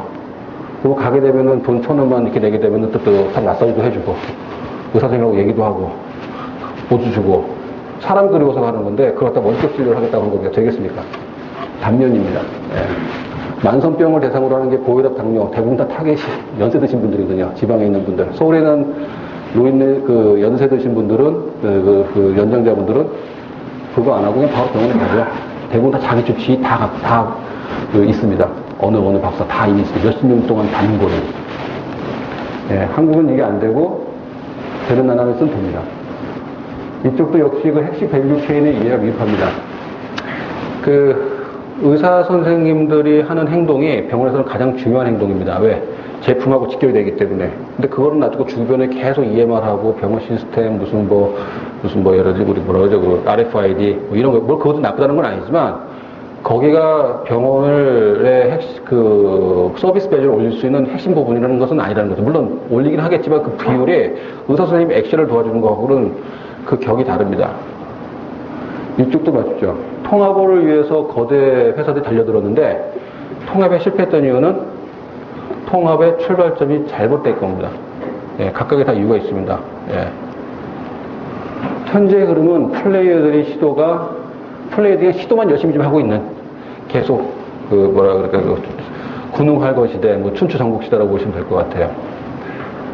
그럼 흐름 이해의 핵심, 뭘 딱 잡으면은 저 핵심을 싹 다 정리할 수 있는가? 이제 세 번째 진단입니다. 생태계를 발전시키는 두 가지 요소가 있습니다. 이제 공진화와 순환. 생태계를 돌리는 힘이라고 이제 표현할 수가 있는데, 뭐 다 아시겠지만 개념을 잠깐 짚고 넘어가면, 이렇게 이제 단촐한 생태계가 어떻게 이렇게 강력하고 풍성한 생태계로 바뀔 수 있을 것이냐. 이제 두 가지 힘이 작용을 한다고 하죠. 하나는 공진화고 하나는 순환입니다. 공진화를 설명하는 거는 이제 여기 베이슨이라고 하는 사람이 이제 좀 잘 설명해 놓은 것 같은데, 이런 거죠. 예를 들면 이제 술록하고 늑대의 집단이 있는데, 늑대가 이제 막 쫓아가서 술록을 잡아먹습니다. 근데 술록 중에서도 잘 뛰는 술록이 있고 잘 못 뛰는 술록이 있을 거고요. 늑대 중에서도 잘 뛰는 늑대가 있고 잘 못 뛰는 늑대가 있을 경우에, 잘 뛰는 늑대는 막 쫓아서 맨 끝머리에 있는 술록 잘 못 뛰는 애 잡아먹습니다. 그럼 결과적으로 어떻게 되느냐? 술록 중에서 이제 약한 것은 도태가 되고요. 늑대 중에서도 잘 못 뛰어서 사냥에 실패한 늑대들도 도태가 됩니다. 그래서 남은 도태는 남아있는 이제 술록과 늑대는 잘 뛰는 술록, 그 다음에 사냥을 잘하는 늑대만 남게 됩니다. 그러면 생태계가 조금씩 점핑을 하게 되는 거죠. 이걸 공진화라고 설명을 하고 있습니다. 예, 제가 보기엔 공진화 설명 중에서는 가장 명확한 설명이라고 저는 생각이 됩니다. 순환이란 거는 이 순환고리가 끊기지 않고 계속 연결이 돼야 됩니다. 예를 들면 여기 같은 경우에는 순환고리가 하나가 끊기게 되면요, 이 순환 자체가 멈춥니다. 근데 여기는 지금 어디 한 두 군데가 막힌다 하더라도 계속 찾아내는 순환이 일어납니다. 예, 이게 지금 어떻게 보면은 한국 대기업, 중소기업과의 관계가 똑같죠. 중소기업이 약하다 보니까 산업의 생산고리가 끊어지게 되면 대한민국 전체가 충격에 더욱더 약해진다. 그래서 중소기업, 미들 클래스에 있는 그런 그 기업들을 키워야 된다. 이게 대한민국 생태계가 좀 취약하다. 그걸 이루라는 설명이기도 합니다. 네. 공진화와 순환, 이 두 개가 제일 중요한데요. 이 그림이 뭐냐면은, 그걸 처음에 보셨던 그림입니다. 대한민국 생태계를 이렇게 보게 되면은요, 이쪽에서 이쪽으로 풍성한 생태계에 가기 위해서 정부가 지금 하고 있는 행동은 대한민국 생태계에서 이렇게 떠먹여주면서 기업들 보고 혁신형 제약사, 우수병원, 그리고 기본적으로 우리 지금 너무 힘들어요. 그래, 수가 정도 이번에 몇 프로 올려주지 하면서 떠먹여주면서 성장을 시키고 있는 딱 그 구조입니다. 대한민국 구조 그렇습니다. 이쪽에 빅마마가 딱 쥐고 있는 거죠. 그래서 원격 진료도 공방하고 있고 해외 매출 올리라고 되어 있고 ULS 시업사 뭐 혁신형 계약서 세원들이 전부 다 이렇게 떠먹여주면서 정부 지원금을 주어가면서 하고 있습니다. 근데 1,000억 정도 가지고서는 뭐 아무로 사실은 액션을 취하기가 되게 어렵습니다. 지원을 할 테니 규모를 키워서 해외로 빨리 진출하세요. 지금 이러고 있는 지금 메시지가 여기 딱 대한민국 상황입니다. 예. 근데 생태계가 이렇게 해준다고 해서 이 자체 생태계가 활성화가 되겠냐 이거죠. 세 번째 진단은 건강하지 않은 공진화와 순환의 틀입니다. 국부를 창출할 만큼 복지를 견인할 만큼 활성화되지 않는 생태계입니다. 그 중에 하나가 올림푸스 내시경입니다. 올림푸스 내시경 사건 기억하시는 분 모르시죠? 저게 뭐냐면 초기 위암일 때 내시경 한 다음에 초기암 발견하면 바로 그 칼을 달아서 그 암세포를 싹 떼버리면 그 초기암 환자는요 암에서 벗어날 수 있습니다. 초기 위암인 경우는요. 그 내시경을 어느 회사에 나오면 일본의 올림푸스에서 나옵니다. 그 칼이. 근데 의료비가 올라간다고 하니까 정부에서 일방적으로 내시경에 관련된 그 칼에 관련된 그 재료들의 수가를 낮춰버렸습니다. 그러니까 올림푸스에서 어떻게 했냐면은 그래 한국에 납품 안 해 이렇게 됐습니다. 그 전국에 있는 대학병원에서 2주간 위암 수술이 다 중단됐습니다. 환자들이 복지협회 가서 뭐 데모했어요. 내가 암 건지면 너 책임질 거냐고. 2주 만에 바로 다시 올렸습니다. 그러고서 다시 납품받았습니다. 이게 지금 없으면 대한민국 위암 수술 안 됩니다. 그럼 이걸 지금 그동안에 벌써 한 몇 년 지났어요. 이게 한 재작년인가 사건입니다. 그럼 그동안에 대한민국 이거 국산화했느냐? 아직까지 국산화했다는 얘기는 못 들어봤습니다. 예, 어느 한 업체가 딱 보이콧을 와버리니까 대한민국이 전체가 섰어요. 사회 폭동이 막 일어날 정도였습니다. 이 대한민국 딱 생태계를 바로 단적으로 보여주는, 예, 단적으로 보여주는, 예. 그리고 이제 박지성 나왔다고 한국의 축구가 세계적인 축구가 됐다 얘기하는 거하고 지금 똑같은 좀 상황이라고 봅니다. 예. 자, 진단 네 번째입니다. 이제 해외로 가게 되면 해외 의료 산업 생태계 건설의 요소. 기업 글로벌 전략은 여러분들 잘 아시다시피 크게 두 가지입니다. 하나는 디스럽티브하게 이노베이티브 헬스케어 제품, 통합적 제품 만들어서 전 세계를 싹 쓸던지 아니면 현지화를 잘하던지 둘 중에 하나입니다. 국내 기업이 현지화나 글로벌 제품으로 가고자 하는 건 초국적 기업이죠. 트랜스내셔널 컴퍼니가 되는 건데 대부분 이런 과정을 거칩니다. 대부분 다. 제 얘기가 아니고 요분의 말씀이. 예. 보통 보면은 이런 방법들이 이런 현지화의 방법으로 들어가죠. 아니면 글로벌 하려면 이런 핵심 역량, 우리 MBA에서 배우지 않습니까? 불인. 배우시죠? 예. 그 코어 컴피턴스를 어떻게 확보할 것이냐. 4가지 요소. 예. 그런 걸 얘기하는 겁니다. 그러면 어떻게 하면 대한민국이 초국적 기업이 될 수 있을까? 여기로 가야죠.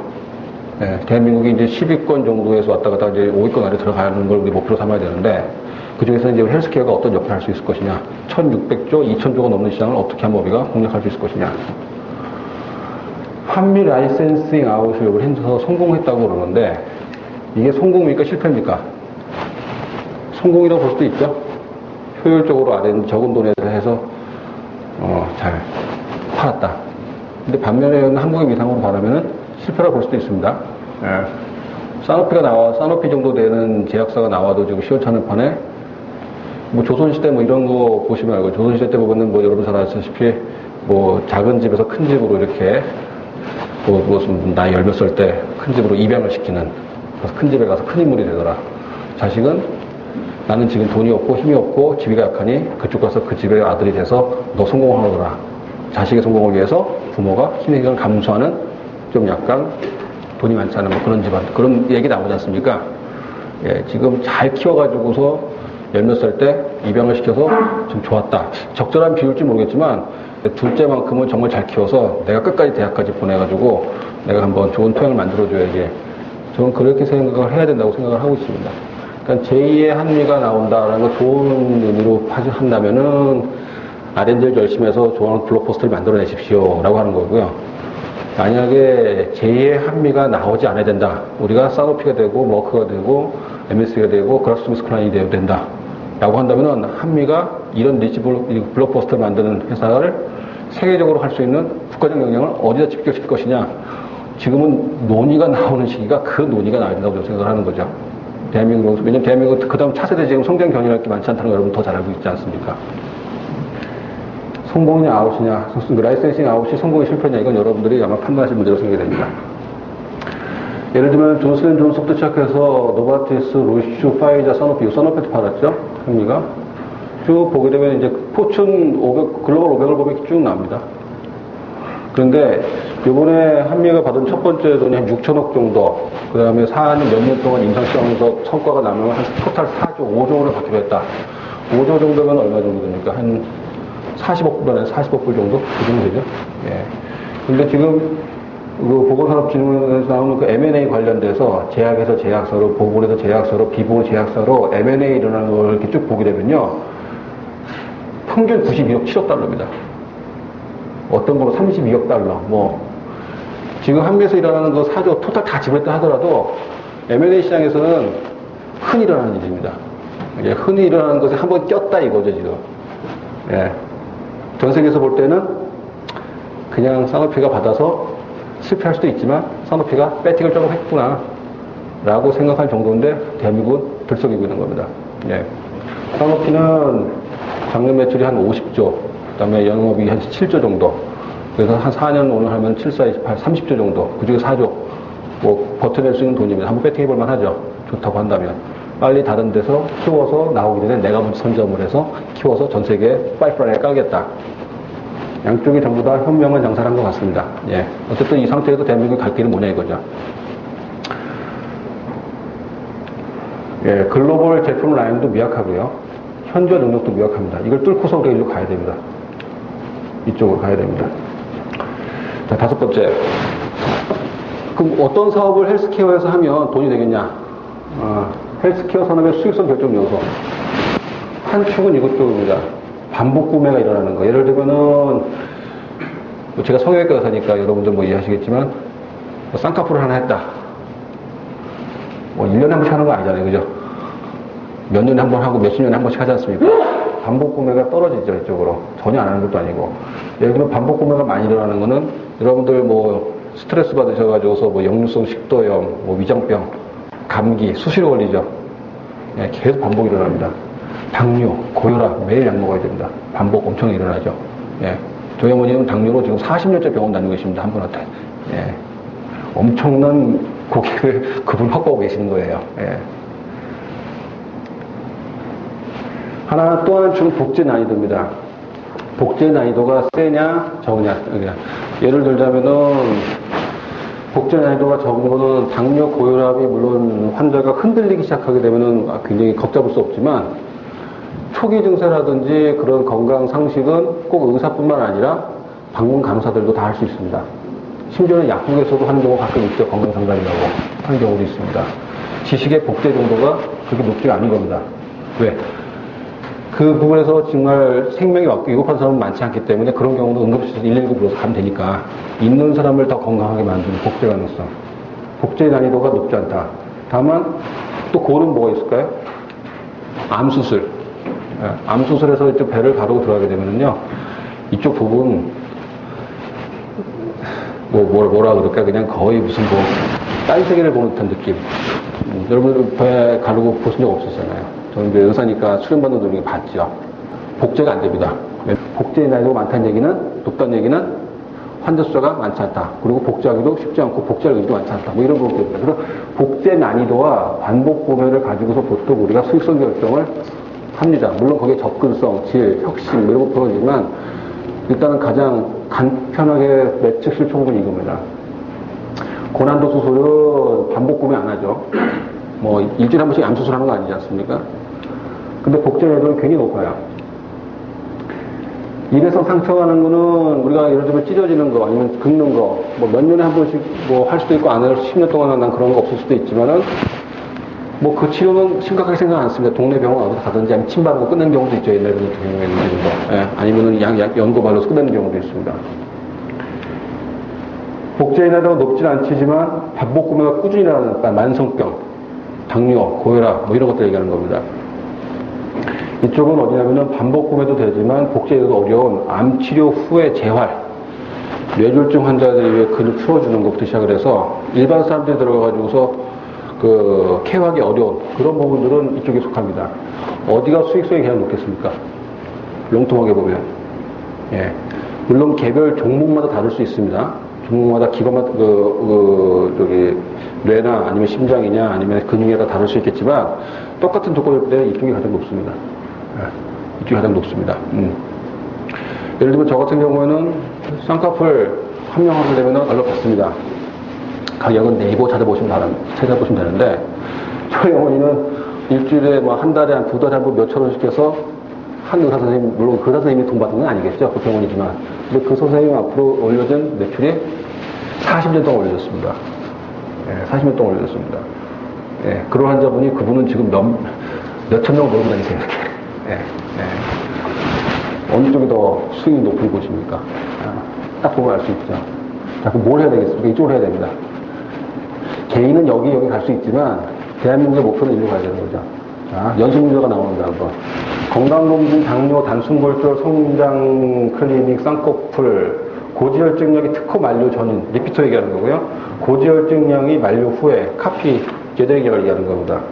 뭐 단순 미용, 레이저 시술, 의사가 시술하는 거하고 그 기계를 만드는 거, 뭐 PTT, 여러분들 뭐 암 걸리게 되면 PTT, 페트, 양성자 방출 치료기가 하잖아요. 이런 것들은 여기에 딱 가게 되면 이렇게 흩어지게 됐습니다. 예. 기본적으로 여기 부분에서 대부분 다 수익이 일어납니다. 이거는 회원관리 사업입니다. 그러니까 회원관리 사업과 단순성. 옛날 한 10년 전에 제가 강의할 때는 뭐라고 표현했냐면은 골프장 사업하고 항공기 사업을 나눠야 된다. 항공기는 한 번 살면은 다시 또 안 사기 때문에 항공기를 사는 구매자의 판단 기준에 광고를 해야 되고요. 골프장 같은 경우에는 무료로 한번 해서 병원에, 골프장 온 다음에 좋으면 또 오지 않습니까? 반복 구멍이 일어났습니다. 진료에서도 그걸 갈라야 돼요. 헬스케어는 기본적으로 건강 상태부터 시작하는 거기 때문에 그 건강 상태가 어느 골프장이냐 아니면은 항공기 측이냐 그걸 가르고 시작해야 됩니다. 어중간하다. 그럼 그걸 조작 적정을 통해 가지고 재정에 대해서 가르고 들어가야 돼요. 그걸 포지셔닝이라고 표현을 하죠. 경영학에서는요. 네, 이겁니다. 수익성을 고려할 전략을 세우는데 이게 다 중구난방입니다. 이쪽 부분에서는 그냥 시장을 풀어드릴 테니 알아서 하세요. 다만 대한민국은 이쪽입니다라고 해서 여기다 집중 포화를 해야 되는데 그렇게 하지 못하고 다 나눠주고 있는 거죠. 예. 예. 자, 이제 진단이 나왔으니까 진단에 대한 처방을 내도록 하겠습니다. 진단 앞에 있는 진단 1은 인간과 공공이 혼재되어 있는 구조라고 보셨죠? 혼재되어 있으니까 공약도 안 지켜지고 이렇게 계속 들고 일어나고 하는 겁니다. 방법은 피포 서비스를 깨는 데 있습니다. 피포 서비스라는 건 뭐냐면 서비스 행위별 수가제, 내가 치료받은 만큼, 의사인 내가 환자한테 치료한 만큼 수가를 신청하는 겁니다. 지금 그렇게 대한민국 구조가 되어 있어요. 그 중에서 그것이 계속 서비스, 예를 들면 제가 환자분이 한 번 오셔서 한 번만, 일주일에 한 번, 뭐 한 달에 한 번만 하도 되는데 제가 돈을 많이 벌고 싶은 거예요. 그래서 환자분은 조금 내일도 봐야 될 것 같습니다. 약 하나 주고 내일도. 내일 모레도 봐야 될 것 같은데요. 이러면 되고, 예. 예를 들면 이렇게 하고 났다가 예를 들면 무슨 뭐 CT를 찍어야 되는데 안 찍어도 될 것 같은데 그래도 CT를 찍으면 좀 더 잘 보이긴 하죠. 저항할 환자가 있겠습니까? 예.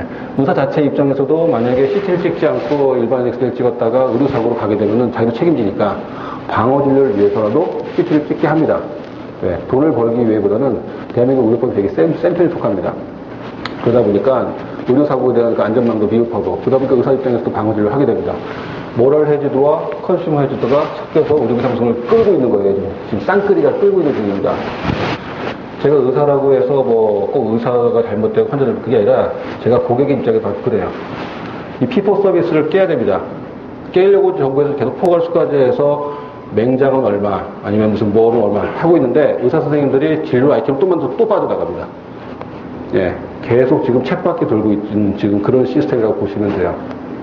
근데 지금 대한민국은 리딩 파워가 세다 보니까 꽉 누르고 있는 형태죠. 예. 이걸 갈라야 됩니다. 어떻게 갈라야 되냐면은 가르는 방법은 OECD 평균이 9.5%, 한국 의료비 7.4%, 아직은 괜찮다. 괜찮지가 않습니다. 지금 대한민국에. 올라가고 있죠. 이렇게. 예. 빠른 속도로 요 두 공공과 민간을 분리시킨 다음에요. 이 아직 7.14%니까 9.5%까지 2%까지 남아있는 그 상승 여력분을 어디다 쏟아부으냐면 공공의료에 쏟아부어야 됩니다. P4 Public Service Value하고 P4 Private Service Value. 자기가 서비스 받은 만큼 돈을 내겠다는 그런 분과 아니다. 우리가 건강하게 살려게 되면은 최소한 이 정도의 건강권은 보장받았다는 국가적 헌법에 오는 보장권하고 두 개가 나눠져야 된다. 이게 혼재되어 있으면 안 됩니다. 혼재되어 있기 때문에 지금 계속 이런 현상이 일어나는 거예요. 예. 예를 들면은 기본적으로 그 감기가 걸렸다. 그러면은 국가는 뭐 휴먼이 가장 최고 사람이 가장 최고니까 뭐 산삼 10년근을 준다. 누구든지. 그러면은 뭐 다른 뭐 복지라든지 아니면은 무슨 군을 유지하고 뭐 R&D 투자하고 이거 누가 하겠습니까? 이런 데도 돈 써야 되니까 산삼은 안 되겠고 도라지 한 4년근 주겠다. 4년근 잘 다려 먹어도 감기는 날 수 있어. 우리 국가적 그 서비스 밸류는 퍼블릭 서비스 밸류는 거기까지 하자라고 하는 사회적 합의가 돼야 되고요. 그쪽 자꾸 끌어당겨야 됩니다. 예. 다 산삼 줄 필요는 없는 거죠. 대신 너 산삼 파는 산삼업자들 모여서 너 산삼 파는 건 풀어줄게. 좋아. 산삼 먹겠다는 사람 먹어. 대신에 너 이 산삼이 가짜 산삼인데 진짜 산삼이라고 속어 팔면 너 나한테 혼난다. 라는 것만 정부가 해주면 되죠. 도라지부터 저기 산삼까지 정부가 싹 긁을 필요가 없어요. 시장의 투명성 확보해주게 되고 산삼을 열심히 팔아 산삼 파는 사람들도 가짜 팔게끔 해줘야 됩니다. 예. 이렇게 갈라줘야 됩니다. 이 갈라주는 게 첫 번째입니다. 근데 갈라주는 게 지금 되게 첨예하게 되어 있는 게 가르려면은 하드웨어, 소프트웨어, 휴먼웨어 세 가지를 갈라야 되는데요. 하드웨어는 돈의 문제이기 때문에 가를 수 있습니다. 병원을 짓고 공공보건을 짓면 되니까. 소프트웨어도 분리 가능합니다. 예, 분리 가능합니다. 왜냐하면 지금 기본적으로 공공의료에서 민간의료를 갖다가 지금 독립시키는 과정이기 때문에 공공의료를 갖다가 크게 많이 풀어주지 않으면은 그 시스템 정비하면 소프트웨어 가능합니다. 뭐가 문제냐면 휴먼웨어가 문제입니다. 예, 휴먼웨어가 문제입니다. 병원에서 인건비 차지하는 비율이 작게는 30%에서 많게는 70%까지 정도 합니다. 인건비가 대부분이라고 보시면 돼요. 엄청난 인건비의 그거를 다 낮추는 게 지금 다 목표인데,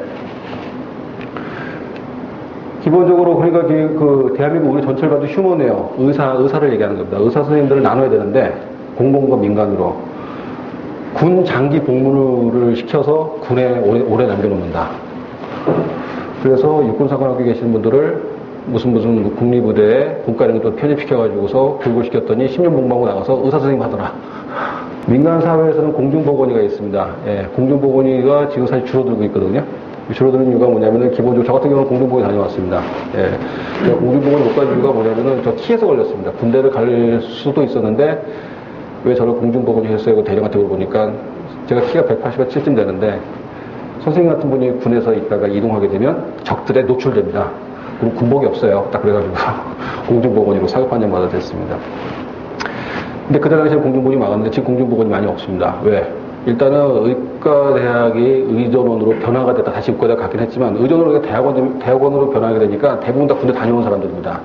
그리고 여성 학생들의 진학 비율이 올라가면서 군대 갈 사람들이 없어진 거예요. 그래서 줄고 있습니다. 양과 진료 내용이 불안정합니다.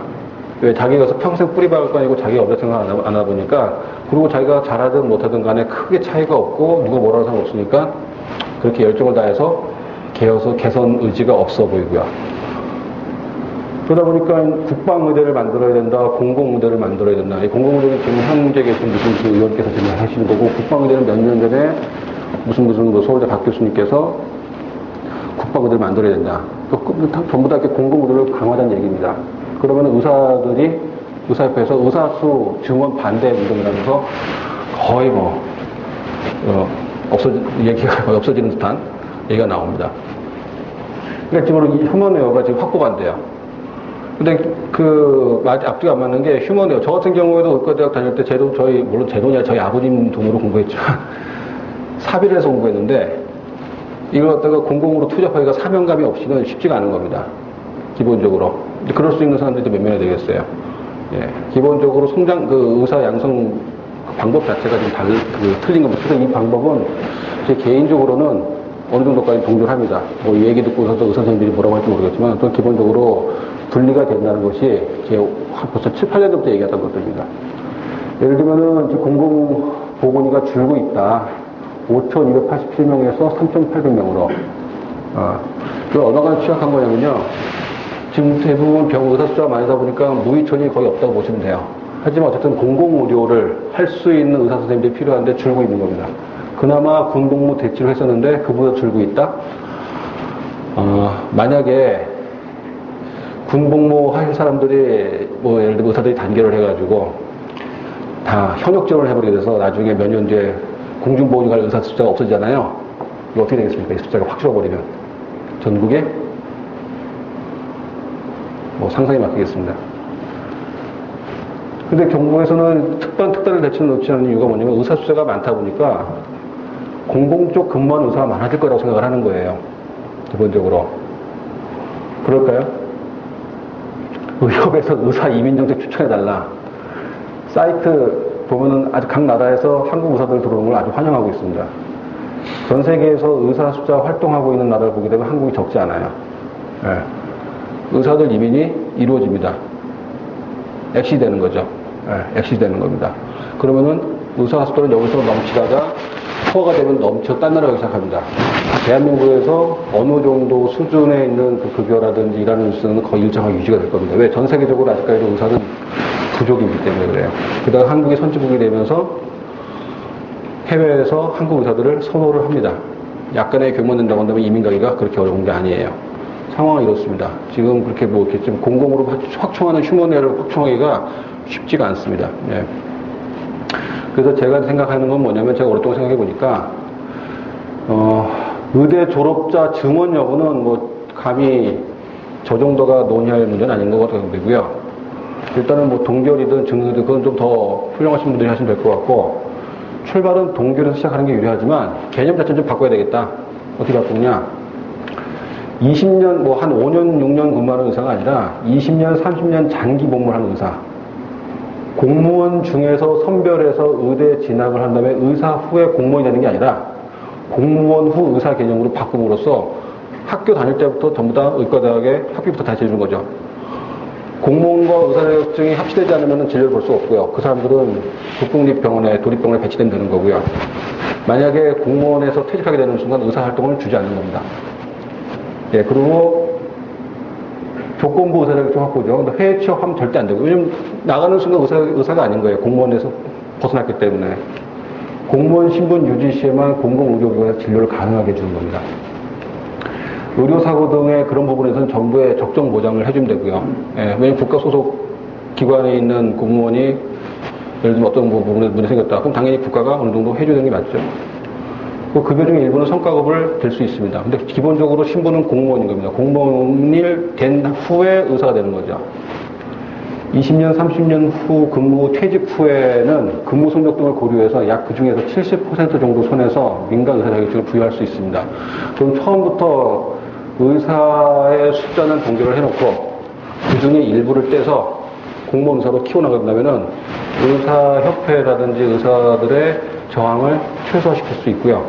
그리고 지금 넘쳐서 취직 못하는 선생님들도 많이 계시는데 그분들한테도 좋은 공공으로 들어갈 수 있는 부분들. 그리고 공무원 의사 선생님, 공무원인 경우에도 향후에 내가 나중에 노후에 자격증이라도 있을 경우 해외로도 갈 수 있고 국내에서 진료 볼 수 있다고 한다면은 받을 수 있다고 한다면은 성과도 분명히 잘 나올 거라 생각됩니다. 예. 일단 제 생각은 여기까지는 많이 있는데 제가 아무리 생각해봐도 이거보다 조금 더 나은 생각이는 제가 못한 것 같아요. 혹시 좋은 의견이 있으시면은 나중에 댓글 달아주시면 제가 또 다시 또 개정판을 내도록 하겠습니다. 핵심은 의사 후에 자기 돈 들여서 공무원으로 들어가는 게 아니고 공무원이 된 사람들에 한해서 의사교육을 시켜주는 겁니다. 공공을 보존해서 선순환 돌리기 위한 리스크를 최소화하는 겁니다. 구조 변화 시 저항 최소화. 누구의 저항이냐면은 의사협회의 저항입니다. 공공의 의료의 질이 당연히 올라가겠죠. 의사 숫자 적정 조절이 가능하고 샤워 이펙트 최소화시킬 수 있습니다. 왜냐면은 정원을 빌려 쓰는 거기 때문에 샤워 이펙트라는 건 뭐냐면 여러분들 샤워기 돌리고 나서 따뜻한 물 나오려면 몇 초 뒤에 나오잖아요. 의사들 양성 기간이 처음부터 끝까지 짧게는 6, 7년에서 길게는 10년이 걸리기 때문에 미래 예측 수요하기가 되게 어렵습니다. 근데 그 부분에서 어느 정도까지 현역에 있는 의사 선생님들을 공무원으로 해놓은 상태에서 그 수급 조절하게 된다면은 국가적인 그 보건 계획을 짤 때 굉장히 유용하게 될 수 있습니다. 이 샤워 이펙트를 최소화시킬 수 있습니다. 분리를 위해서 필요한 평생 공무원 의사를 양성해야 된다. 이 얘기를 내가 지금 오늘 한 건 아니고 벌써 7년 전부터 해왔습니다, 여기서. 예, 제 사진인데. 7년 전부터 해왔는데, 예, 기본적으로 지금 뭐 잘 사회에서 억셉되거나 좀 반론의 여지가 있기 때문에 좀 목소리를 내서 말하기 좀 어려운 부분이 없잖아 있었습니다. 자, 의료 생태계 변화의 핵심은 아까 요거로 말씀드렸죠.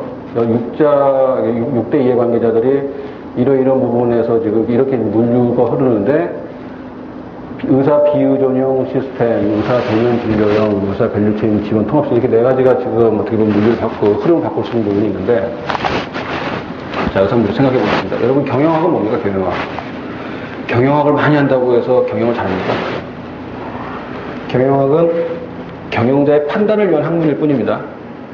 경영자가 경영을 하기 위해서 경영학이라는 것을 공부를 해서 그리고 거기에 자기의 철학과 행동이 더해져서 경영이 이루어집니다. 경영학은 경영자의 판단을 받쳐주는 학문일 뿐이에요. 재판은 어떻게 일합니까? 판사의 재판. 법 갖고 하지 않습니다. 법 플러스 판사의 양심 가지고 합니다. 네, 도덕성 가지고 하는 겁니다. 네. 법학 자체도 커스터마이드 해서 각각 재판에 케이스 바이 케이스 적용 실력에게는 판사의 경험이 필요합니다. 의사는 어떻습니까? 진료 및 케어가 이러려면 의학 플러스 의사 개인의 판단이 반드시 필요합니다. 지금 2015년 현재에서. 그리고 이거는 상당 부분 오래 갈 겁니다. 왜 그러냐면요. 의학 자체가 완전하지 않습니다. 의학은 실학의 최고봉은 의학, 법학, 경영학 세 가지인데 의학은 모든 자연과학이 어우러져서 탑을 쌓다가 맨 끝에 인체에 들어가기 직전에 의사가 의학적으로 판단을 해주는 학문입니다. 근데 그 쌓고 있는 기초의학들이 지금 계속 발전되고 뭐 바뀌어지고 있어요. 예. 그리고 무슨 물리학 역사를 쇠로 쓰다 뭐 아인슈타인 틀렸다 이게 계속 나오지 않습니까? 예. 그리고 기본적으로 다 모릅니다, 지금. 자연과학에 대해서. 그러다 보니까 사회과학 영역으로 나오죠. 의사는 인격적으로 훌륭해야 된다. 환자분들 중에서 보면은 의사의 실력은 안 쳐다보고 의사가 친절한지만 보는 사람들도 많이 있고요, 아직도. 그 다음에 통계 보게 되면은 대부분의 임상 논문들은 통계학을 씁니다. 내가 이러이러한 환자분들한테 이러이러한 과거 치료법보다 플러스 알파를 해서 이렇게 치료했더니 100명 중에서 한 6, 70명이 더 호전된 증상을 보였다. 이 치료법은 반드시 이 치료에는 효과가 있다. 이게 임상 논문의 대부분입니다. 왜? 모른다는 겁니다. 기본적으로. 뭐 자세, 의지, 뭐 이런 거 많이 있죠. 네, 자세, 의지. 뭐 이런 거, 이 기록 계속 봤습니다. 의사가 부지런해야 된다. 뭐 이런 거. 의학이 부족하기 때문에 그렇습니다. 의학이 불완전한 학문의 의사. 그래서 의학은 의사의 판단을 돕는 학문일 뿐입니다. 예. 그런데 이 의학이 완전하다고 생각을 해가지고요. 예를 들어 저는 의사니까 의학에 대한 정보를 많이 알고 있죠. 여러분들 의사가 아니까 의학에 대한 정보가 많이 없습니다. 여러분들이 외장하드에 제 머릿속에 있는 지식을 다 갖고 다녀요. 예. 정보 비대칭을 해결했습니다. 그럼 여러분들이 저만큼 환자를 볼 수 있습니까? 할 수 있을 것 같습니까? 못합니다. 왜냐하면 저런 사람이 없기 때문에 그래요. 의학 정보 비대칭을 IT 기술만 좀 해결하려고 하는 게 이 부분입니다. 그러니까 끝에 가서 의사 비의존을 하다 보니까 노력 대비 성능 끝에 가게 되면 병원에 가봐야 된다고 그러고요. 가격 대비 성능 끝에 가면 병원에 가봐야 된다고 그래요. 그리고 그 환자들 자체도 이 부분이 분명히 내 혈압이 오르는데 지금의 이 원인이 왜 그런지 몰라서 병원 가서 물어봅니다. 노력 대비 성능, 가격 대비 성능이 이 부분만 집중하다 보니까 사업이 안 되는 겁니다. 기본적으로 우리가 질환에 받는 부분은 아직까지 의사 의존도가 굉장히 높은 거죠. 이쪽 부분 하다 보니까 노력 대비 성능, 가성 대비 성능. 근데 계속 이것만 완전하다고 생각을 해요. 외장 하단을 갖고 있다고 해서 진료볼 수 있는 거 아닙니다. 예, 이 부분을 간과하고 있다. 의학의 불안정성에는 인한 경험 비대칭 부분을 간과하고 있는 겁니다. 이 부분이. 예, 이 부분을 주치의하고 수시로 통화할 수 있는 게 훨씬 더 안전하겠죠. 그게 회원제 서비스 더 빠를 겁니다. 예, 그렇지 않겠어요? 이 부분 때문에 여기에 있는 이 루트보다는 병원을 직접 공략해서 병원의 밸류체인을 공략하는 게 지금 상황에서는 가장 좋은 방법입니다. 근데 지금 계속 이쪽 부분 왔다 갔다 하고 있죠. 예. 예. 수익이 안 날 겁니다. 왜? 제품 서비스가 퀄리티가 보장이 안 되기 때문에 그렇습니다. 오히려 유일하게 보장되는 부분이 이 부분입니다. 예. 생명이니까. 그 잘못 짚고 있는 거고요. 또 한 가지는 뭐냐면, 의사에서 제3자로, 제3자에서 소비자로 지금 흐름이 넘어오기 때문에 이 부분에서 분명히 오류가 있습니다. 왜 오류가 있냐면, 소비자가 와서 소비자가 모든 걸 다 할 수 있을 것 같죠. 네이버 보고서 진료 볼 수 없는 거하고 똑같습니다. 예. 아침 방송 6년 동안 들었다고 해서 의사 되는 거 아니지 않습니까? 그죠? 의사 지식을 많이 들었다고 해서 의사 되는 게 아니다. 환자가, 소비자가 정보를 많이 무장했다고 하더라도 이쪽으로 넘어갈 수 없습니다. 경험 비대칭 때문에. 예, 이쪽을요. 그런데 만약에 여기 계신 분들이, 이 물건을 샀어요. 이 물건을 샀는데 한 분 썼더니 좋았어요. 저분이 썼더니 좋았어요. 저분도 썼더니 좋았어요. 그래? 그럼 다 쓰게 생겼어요. 근데 이거 아직도 100원이에요. 그러면은 여러분들이 뭐라고 말씀하시냐면은, 이거 다 효과가 있는 거 증명됐으니 우리 건강보험제에다 등록시켜서 우리 보험으로 해서 싸게 100원이나 한 50원에 쓰시도록 하십시다. 국가에서 50원 대주고요. 왜? 우리 건강해지니까 이거 하면. 그럼 이거 어디로 편입됩니까? 효과 있는 건강, 헬스케어 제품은 도로 일로 가는 겁니다. 도로 일로 가는 겁니다. 효과가 있는 건데 건강보험 쪽으로 포함이 안 된다? 그게 국민들이 납득이 안 되는 부분입니다. 그냥 내버려 두고 있으면 결국 일로 가게 되어 있습니다. 왜? 의료 자체가 작은 것보다 크기 때문에 그렇습니다. 아무리 소비자가 정보를 해도 경험 비대칭 문제, 그 다음에 시스템제 때문에 여기와 이쪽을 벗어나기가 쉽지가 않습니다. 그러다 보니까 유명한 헬스케어 제품들이 이쪽 부분에서 많이 이 바깥쪽에서 소비자 쪽에서 많이 이렇게 팔고 하다가 조금 이제 의사 선생님들이 이거 효과가 있다라고 하는 순간 다 보험권 안에 다 들어오려고 하고 있습니다. 예. 그러니까 각 제약사라든지 기기사에서 가장 마케팅 수완이 좋은 분들이 건강보험공단과 심사평가원에 인맥을 대고 있습니다. 왜? 자기네 것이 편입될 때 불이익받지 않으려고. 평가받을 때. 예. 그 문생 이름 바로 다시 전화해서 하려고. 정부도 그런 부분을 권장하고 있죠. 왜? 자기들이 오판할 수 있으니까 커뮤니케이션 하기 위해서. 예. 이쪽과 이쪽을 벗어나기 어려운데 계속 여기서 지금 다 불창하고 있는 거예요. 예. 대부분이 효과 있는 의료는 이 제도권을 벗어나기가 어렵습니다. 이유는 세 가지입니다. 정보 비대칭, 경험 비대칭, 시장 규모 비대칭입니다. 소비자 시장하고 이쪽 시장하고 어느 쪽이 훨씬 더 크겠습니까? 예. 이쪽에는 그냥 한 100원 단위라면 이건 그보다 한 10배쯤 된다고 생각하시면 됩니다. 민간 의료비용이 34조, 공공 의료비용이 70조, 시장이 벌써 2배. 그러다 보니까 기본적으로 요번에 보험에 편입됐다라는 기사가 뜨게 되면은 그 회사 주가가 올라갑니다. 왜? 시장이 확보됐으니까. 이것 때문에 그렇습니다. 의료기관 또는 의사가 여전히 핵심 키입니다. 어느 때까지. 이것 때문에 그렇습니다. 이곳을 벗어나면 오히려 더 어렵습니다. 그러니까 혹자는 재조건이 하도 의사, 건강보험제도는 이것 때문에 의료시장 주변을 이렇게 해놓으니까 그게 좀 거기서 멀리 떨어질수록 사업이 된다. 잘못된 얘기입니다. 멀리 떨어져서 사업은 될지언정 매출, 시장 규모를 확보하기 어렵기 때문에 기업이 더 안 됩니다. 예를 들자면 저희 성형외과 같은 경우에 이게 뭐 압구정동 엄청난 클러스터죠. 엄청난 클러스터는 전 세계에서 제일 큰 클러스터입니다. 그럼에도 불구하고 거기서 제일 잘 나가는 병원이 무슨 뭐 신경을 본다던가 척추수술 한다던가 아니면 큰 대학병원보다 넘어가는 게 없습니다. 왜? 시장에서 멀어졌기 때문에 시장 규모가 그렇게 많지가 않습니다. 예. 단적인 예입니다. 예를 들면은 무슨 병원 같은 경우에는 벌써 병원이 크게 확대돼서 지금 대학까지 세우려고 하는 반면에 예를 들면 저희 같은 성형외과나 피부과 의사 선생님들은 여기서 멀기 때문에 시장 자체가 규모가 확보가 안 되니까 뭐 대학을 뭐 세울 엄두도 못 내죠. 규모 자체가 달라서 그렇습니다. 이게 잘못된 얘기입니다. 앞으로도 상당 부분, 최소한 여기 계시는 제너레이션은 리타이어 하실 때까지는요, 이 기조가 계속 이어질 가능성이 높습니다. 예. 핵심은 이쪽과 이쪽이다. 그러다 보면 아까 처음에 말씀드린 것처럼 이쪽 부분이 가장 수익성이 높다고 그랬죠. 이 부분이 지금 잡아야 된다고 얘기했죠. 그러면 이쪽을 잡아서 겹치는 부분이 이쪽입니다. 제약 같은 경우는 당뇨, 심혈관계, 정신과 쪽에 관련된 내용이고요. 의료기 같은 경우는 병원 진료의 고급화를 저변 확대할 수 있는 거를 갖고 있느냐 안 갖고 있느냐 이 부분에서 디지털 같은 경우에는 병원 진료 또는 의사들이 환자를 관리하기 위한 서비스에 된 부분을 갖고 있느냐 안 갖고 있느냐에서 가장 수익성의 결판이 날 가능성이 높습니다. 운영, 메디컬 레코드, 의료 기록 이거 좀 후순위입니다. 직접 환자한테 밸류를 줄 수 있는 그 IT를 의사가 컨트롤할 수 있느냐, 의사의 업무를 덜어줄 수 있느냐, 그래서 의사의 실수를 더 막아줄 수 있느냐, 메디컬 에러를 막으려면 의사의 실수를 막아야 되는 거잖아요. 의사의 실수를 막아줄 수 있느냐, 그런 부분이 지금 핵심인 거예요. 이쪽 부분입니다. 그러면 애플에서 하는 헬스킷, MGH 갖다 끼고 하고 있다고 그러고요. 구글도 지금 피트니스로 새로 지금 다시 반격하고 있고, 삼성도 지금 해서 지금 네트워크 하려고 있습니다.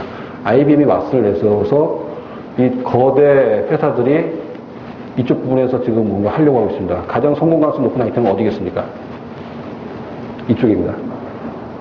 이쪽입니다. 맥을 정확히 제대로 짚었다고 저는 생각을 합니다. 그러면 대한민국이 지금 할 일은 원격 의료 지금 되네 안 되네 시범사업하네 지금 그거 그냥 논란 짚어두고 다시 한번 창조 경제 좋지만 다시 한번 세컨 페스트 빅5 병원하고 재벌 기업들하고 빨리 합치든지 정부 합쳐서 세컨 페스트를 해야 된다 지금 이쪽 부분 쪽으로 예. 한국의 능력은 충분히 가능하다고 봅니다. 워낙 다들 아시지 않습니까? 세컨 페스트, 페스트 팔로워 전략 한번 붙이면 확 할 수 있는 거.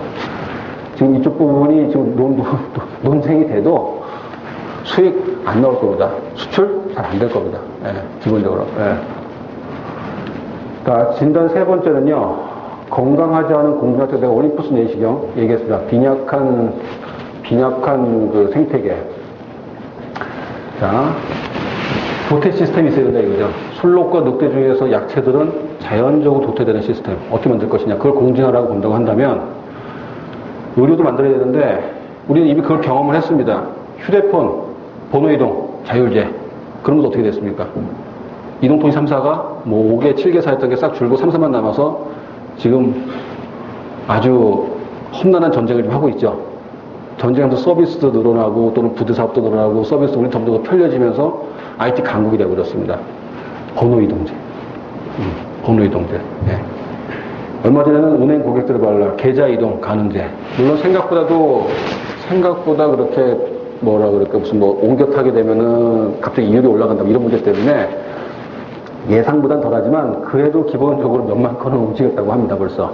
그리고 이것 때문에 이동할까봐 은행사들이 바짝 긴장을 하고 있죠. 다 공진화 때문입니다. 좀 실력이 떨어지고 능력이 떨어지는 것은 자연적으로 다 도태시키겠다. 그것이 자연적으로 선순환 내에서 일어나야 되겠다. 의료도 고객 이동도 개인의 의료 기록 또는 검사 결과를 소유하거나 이동이 자유로 됩니다. 근데 이 검사 결과하고 의료 기록 때문에 이동하기가 어렵습니다. 어렵습니다. 예. 지금 각 대학병원들이 IT 시스템이 다 달라서 정부가 좀 같이 하자고 해도 지금 다 배틀을 놓고 있습니다. 왜? 합쳐되는 순간 경쟁이 엄청 치열하게 되거든요. 그거 하기 싫은 겁니다. 그래도 기본적으로 합법적으로 가능한 건 뭐냐면은 여러분들이 병원에 가서 기록을 달라 그러면 병원은 반드시 줘야 됩니다. 반드시 줘서 여러분들이 가지고 있으면 돼요. 그죠? 그래서 이쪽 병원에 갖다 주게 되면은 그거는 의료 기록이 자유롭게 움직일 수 있는데 그 호환성만 맞춰주면 됩니다. 어떻게 하느냐? 이렇게 하면 됩니다. 그냥 서버 하나 만들어주는 건데, 대한민국에서. 국가 개인 건강 개정 시스템이라고 이름을 좀 그럴듯하게 붙였는데, 이거 제가 만든 겁니다, 이거. 그냥 서버 하나 만들어주고, 내 기록, 집에서 CD 받아오면 다 집어넣는 거예요. 넣어놓은 다음에 내가 이 병원 가고 싶다면 여기다 열어주고요. 이 병원 여기다 열어주고, 여기다 열어주고. 내가 병원을 선택할 수 있습니다. 나한테 잘해지는 병원이었는데. 이게 의료에 유심칩이 필요하다고 저는 얘기를 하는 거예요. 이게 지금 의료도 유심칩이 필요하다. 경쟁을 촉발해야 된다. 두 번째, 경쟁 단위의 규모를 키워야 됩니다. 병원만 하는 게 아니라 그 병원 뒤에 있는 그 경쟁 단위 자체를 선택하게 되면 그 경쟁 단위가 다 움직일 겁니다. 지금 우리가 삼성하고 애플이 격전을 하고 있다고 하는데 자세히 살펴보면 삼성하고 애플이 싸우는 게 아니라 삼성군하고 애플군이 싸웁니다. 애플군이 싸웁니다. 그래도 LG가 상당 부분 쫓아온 이유가 뭐냐면은 LG는 LG군을 꾸릴 수가 있죠. PDP부터 디스플레이부터 시작을 해가지고 꾸릴 수가 있습니다. 그러니까 어느 정도 쫓아오긴 했지만 삼성군하고 애플군하고 우리가 그 소위 말하는 박스가 이렇게 막 널려져 있는 게 아니라 박스형으로 경쟁하는 게 아니라 체인형으로 쫙 연결해서 경쟁을 해야 된다. 지금 다 네트워크 경쟁 시대 아닙니까? 기본적으로 네트워크 경쟁처럼 하려면 이 병의원을 선택하면 안 되고 이 병의원 뒤에 서 있는 컨소시엄을 선택해야 됩니다. 이렇게 만들어주는 거죠. 예. 그래서 미래 대한민국이 3개에서 5개의 건강 플랫폼 구조로 되어야 의료와 의료산업의 발전력이 강화가 될 수 있다. 라고 개인적으로 생각하고 있습니다. 예. 그리고 미래는 이렇게 될 거라고 생각이 되고요. 일부 지금 조직에서는, 그러면 이 5개, 3개, 5개는 누구를 중심으로 막 이루어질 것이냐, 어느 대학병원이 지금 탈락하게 되고, 막 그러고냐. 그 대학병원이 주식을 살 수 있고 그런 게 아니기 때문에 지금 뭐 여의도 찌라시처럼 돌아다니지 않지만 지금 딱 저희들끼리 뭐 아는 사람들끼리 보면은 그런 보고서 같은 게 이제 있어지거든요. 그러면은 어디는 향후에 상장된다면 가정하에 어디는 경쟁력이 떨어지고 뭐 이런 것도 있습니다. 예. 어느 대학병원, 어느 제약사, 어느 통신사가 컨소시엄을 이뤄서 이 3개, 5개의 헬스케어 집단으로 거듭날까요? 예. 이렇게 되지 않으면 대한민국 의료는 발전하기가 쉽지가 않다. 그 방법은 이렇게 만드는 겁니다. 이게 제가 이제 2014년에 쓴 책인데 핵심은 이겁니다. 예, 의료 유심칩입니다. 네, 나머지 부분에서 기관 사업자를 선정을 해주면은 컨소시엄을 만들고요. 거기서 아까 말씀드린 왓슨도 만들고 할 겁니다. 공진화와 순환 플랫폼을 정비하자. 고객 이동을 편리하게 의료 유심칩. 개별적 공진화가 아닌 네트워크를 통한 기본 단위의 규모가 키워야 된다. 이게 세 번째 처방이고요. 네 번째 처방입니다. 의료 산업 생태계 건설 요소 일로 가야 된다고 했잖아요. 근데 이쪽도 좀 약간 미약하고 이쪽도 미약해요. 어떻게 갈 거냐? 갈 징검다리가 없습니다. 대한민국에. 그래서 앞에서 진단은 이렇게 내렸죠. 미약하다. 어떻게 하면 좋으냐? 제2의 한미약품처럼 라이센싱 아웃이 되지 않으려면, 자, 우리 하나의 예가, 비근하게 본 예가 아이폰하고 이제 갤럭시의 그 싸움이 있었습니다. 이제 갤럭시가 그러니까 아이폰이 2010년도 말쯤에 이제 갑자기 이제 막 2010년도 초반인가 중반인가 이제 갑자기 아이폰이 나오면서 삼성의 애니콜이 흔들리기 시작을 하면서 스마트폰으로 넘어가고 삼성이 옴니아를 버리면서 이건희 회장님께서 뭐 평창 때문에 잠깐 나오시고 뭐 그러면서 특공대를 만들어서 갤럭시 만들어서 출시했습니다. 그때가 2010년도 말 2011년도 초쯤 될 겁니다. 그거를 따라잡지 못한 LG는 그냥 휘청했습니다. 전자가 확 떨어진 겁니다. 그때가 2010년도 말 2011년도 얘기입니다. 자, 아이폰은 어떻게 해서 지금 1등 기업이 됐느냐? 기본적으로 스티브 잡스라고 하는 사람이 워낙 특출나서 이것저것 다 융합을 했어요. 짠 하고 스마트폰 기를 딱 내놨습니다. 자, 이 갤럭시가 갑자기 애니콜을 5조 원대 되는 브랜드 가치를 버리고 갤럭시를 만들어서 나왔습니다.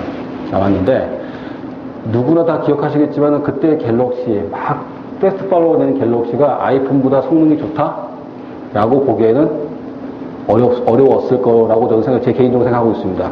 예. 근데도 갤럭시가 빠른 속도 따라들었어요. 그 이면에는 뭐가 있었냐면요. 갤럭시를 갤럭시 혼자 싸운 게 아니고 이미 삼성전자가 전 세계 북미 시장을 갖다가 벌써 TV 시장도 장악하고 있었고 뭐 각대 전자사업이 쫙 들어갔기 때문에 그 판매망이 있었습니다.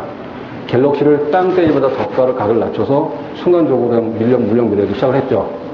그러니까 아이폰이 제3세계라든지 다른 국가에 가서 딱 도달해가지고 바로 그 프로모션을 되기보다 삼성의 판매망을 통해서 푸시 마케팅을 한 거죠. 그게 더 이펙트 했던 겁니다. 패스트 팔로우에서 기계는 어떻게 될지 모르겠지만은 제가 보기에는 사실 그때 양쪽 다 써봤는데 저도 아이폰 가서 막 줄 서서 몇 달 기다렸다 봤던 게 기억이 나는데 그 갤럭시가 이쪽보다 훨씬 좋았다 말씀드리기는 어려웠던 것 같아요. 그런데도 불구하고 빠른 속도로 쭉 붙었습니다. 현지화 판매망이 아이폰 쪽보다는 좀 빨랐었습니다. 이미 전자산업을 갖고 있고 반도체 산업을 갖고 판매망을 갖고 있었기 때문에 이게 사실 갤럭시가 성공할 수 있었던 거기다 노트도 팔고 팔았겠죠. 아이폰하고 애플하고의 근본적 차이가 여기 있습니다. 그러면은 자 이번에 한미가 요즘 이슈니까 한미가 나왔어요. 통합 제품이 나온 건 아니고 통합 제품으로 갈 수 있는 가능성을 보여줬습니다. 그 가능성을 사노피가 샀습니다.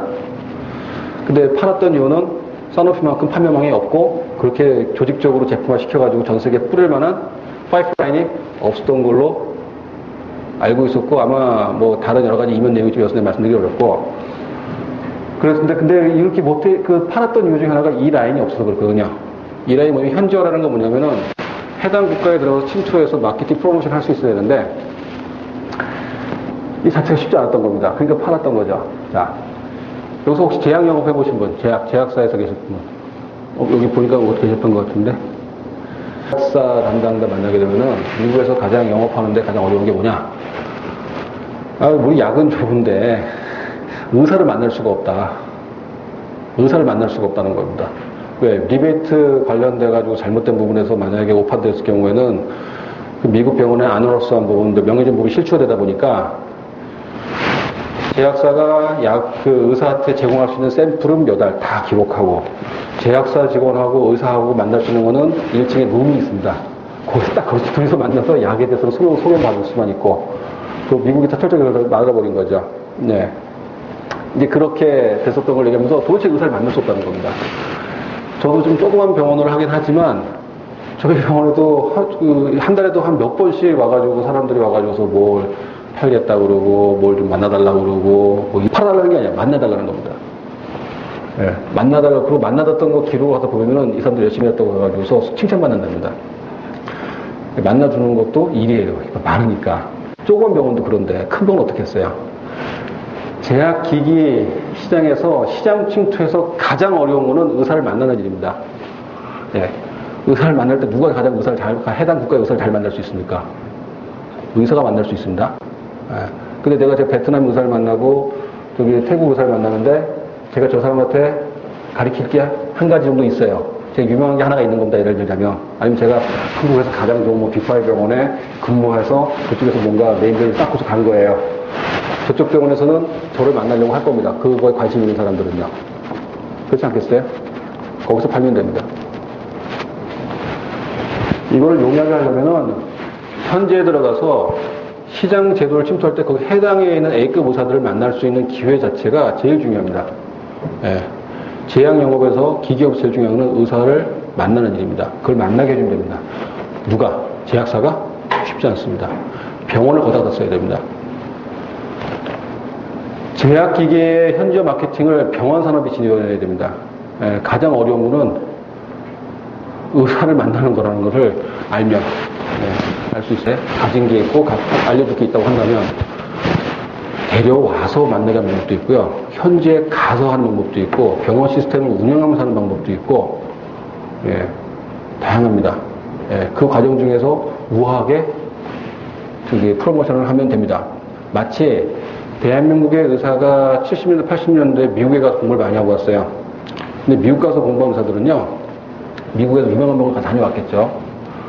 그 병원에서 쓰던 제품과 제약사들 기기를 한국에 들어와서 가능하면 다 그거 쓰려고 합니다. 왜? 세계 최고의 의사들이 쓰는 걸 봤거든요. 자기도 국내에서 수입해서 쓰고 싶다는 거예요. 그래서 쓰다 보니까 외자살면서 지금도 대학병원의 약과 기기의 80%, 90% 이상은 다 외제입니다. 예, 개인 의원 중에 한 50%, 60% 정도는 한 40% 정도가 외제입니다. 큰 물건을 주고 있는 대학병원이 아직도 외국 거를 많이 쓰고 있어요. 자, 그러면은 해외 진출했어요. 그러면은 해외 의사 턱을 했습니다. 그 의사가 한국에서는 외사를 쓰다가 거기 가서는 갑자기 국산을 쓰겠어요? 예. 그런데 또 베트남 의사를 불러다가 서울대학병원이라든지 무슨 세브란스, 아산, 삼성, 서울병원, 큰 병원에 교육을 시켰어요. 근데 자기가 존경하는 교수님이 미국 거 쓰고 있어요. 그럼 자기가 베트남으로 하면 어디 거 쓰겠습니까? 어디 거 쓰겠습니까? 미국 거 쓰겠죠. 한국의 제약하고 기기는 품질이 좋아도 팔 수가 없습니다. 자기 안방에서도 그런데 나가면 어떻게 되겠습니까? 예. 해외 병원을 진출시키는 거하고 이거를 ICT의 침투 현지화의 교두보로 쓰겠다고는 전혀 다른 개념입니다. 만약에 그런 개념으로 해서 병원을 쓰겠다고 한다면은 거기도 전략 짜야 되는 것이고요. 병원만 단순하게 실시하겠다. 그건 좀 이따 말씀드리겠지만 왜 실패하는지가 좀 말씀드릴게요. 그거 자체는 잘못된 제도의 가능성이 좀 높다고 얘기할 수 있습니다. 그러니까 메디컬 코리아 벨트 실현에서 범부처 사용타 구축이라고 해서 몇 년 전에 나왔던 이 기사는요, 이렇게 바뀌어야 됩니다. 제약기기, IT 해외 시작 개척 범부처 사용탑을 바뀌어야 됩니다. 예, 제약이 마진이 높고 경력 때문에 제일 앞서가서 예리하게 예봉을 치고 나가고 수익을 올리는 것은 제약이나 기계가 되는 것이 병원이 돼서는 안 됩니다. 예, 예. 그걸 알면은 미국에 있는 무슨 뭐 헬스케어 어소시에이션 그 유명한 테넷이라든지 여러 가지 뭐 큰 무슨 병원들이 해외에 왜 병원을 내보내지 않겠어요. 수익이 안 되니까 내보는 겁니다. 예. 그리고 또 한 가지 말씀드리면 여기서 많은 병원들이 조금 100% 싹 가리긴 어렵지만 착각을 하고 있는 것 중에 하나가 해외에 나가게 되면 한국의 의료 시스템이 우수해서 그 의료 시스템을 배우고 IT를 기술을 뭐 접목시키고 뭐 이렇게 해서 뭐 해외 병원을 갔다가 이렇게 할 수 있다. 안 그렇습니다. 해외에 있는 그 다른 국가들이 한국의 의료 시스템을 받아오고 싶은 거는 한국의 병원 시스템이 아니고요. 한국의 보건의료 제도입니다. 예. 저개발 국가라든지 성장한 국가 중에서 제일 중요한 건 교육과 보건의료입니다. 예. 예를 들면 교회가 처음에 들어와서 대한민국에서 촉박한 시절에 천막 치고서 교육시켜주고 야학시켜주고 교육과 보건의료는 뗄래야 뗄 수 없는 정치의 기본 중에 하나입니다. 그걸 갖다가 함부로 수익을 내게 내버려두겠습니까? 그러면 그 만약에 해외 나가가지고서 병원에 돈을 벌었어야 몇 년 가지고 갔습니까? 예, 대한민국에서 아무리 그 촉박한 시절에 돈을 들여서 착오를 해서 병원을 지었긴 했지만은 외국 의사가 와서 진료하는 거 여기서 외국 의사한테 진료받아주시면 손 들어보십시오. 없습니다. 몇 명이 있었겠죠. 해외에서. 없습니다. 뭔가 잘못 생각하고 있는 겁니다. 만약에 우리가 베트남에 가서 아니면 태국에 가서 무슨 척추병원 무슨 병원으로 했다. 그러면은 딱 반년이나 1년 이내에 미국에 있는 의사들로 딱 무장을 한 수입한 데서 자국산 병원이 바로 나올 겁니다. 거기서 그 병원에서 돈을 벌어가게 내버려두지 않을 겁니다. 내버려두지 않을 겁니다. 태국이 왜 한국보다도 더 낫겠어요?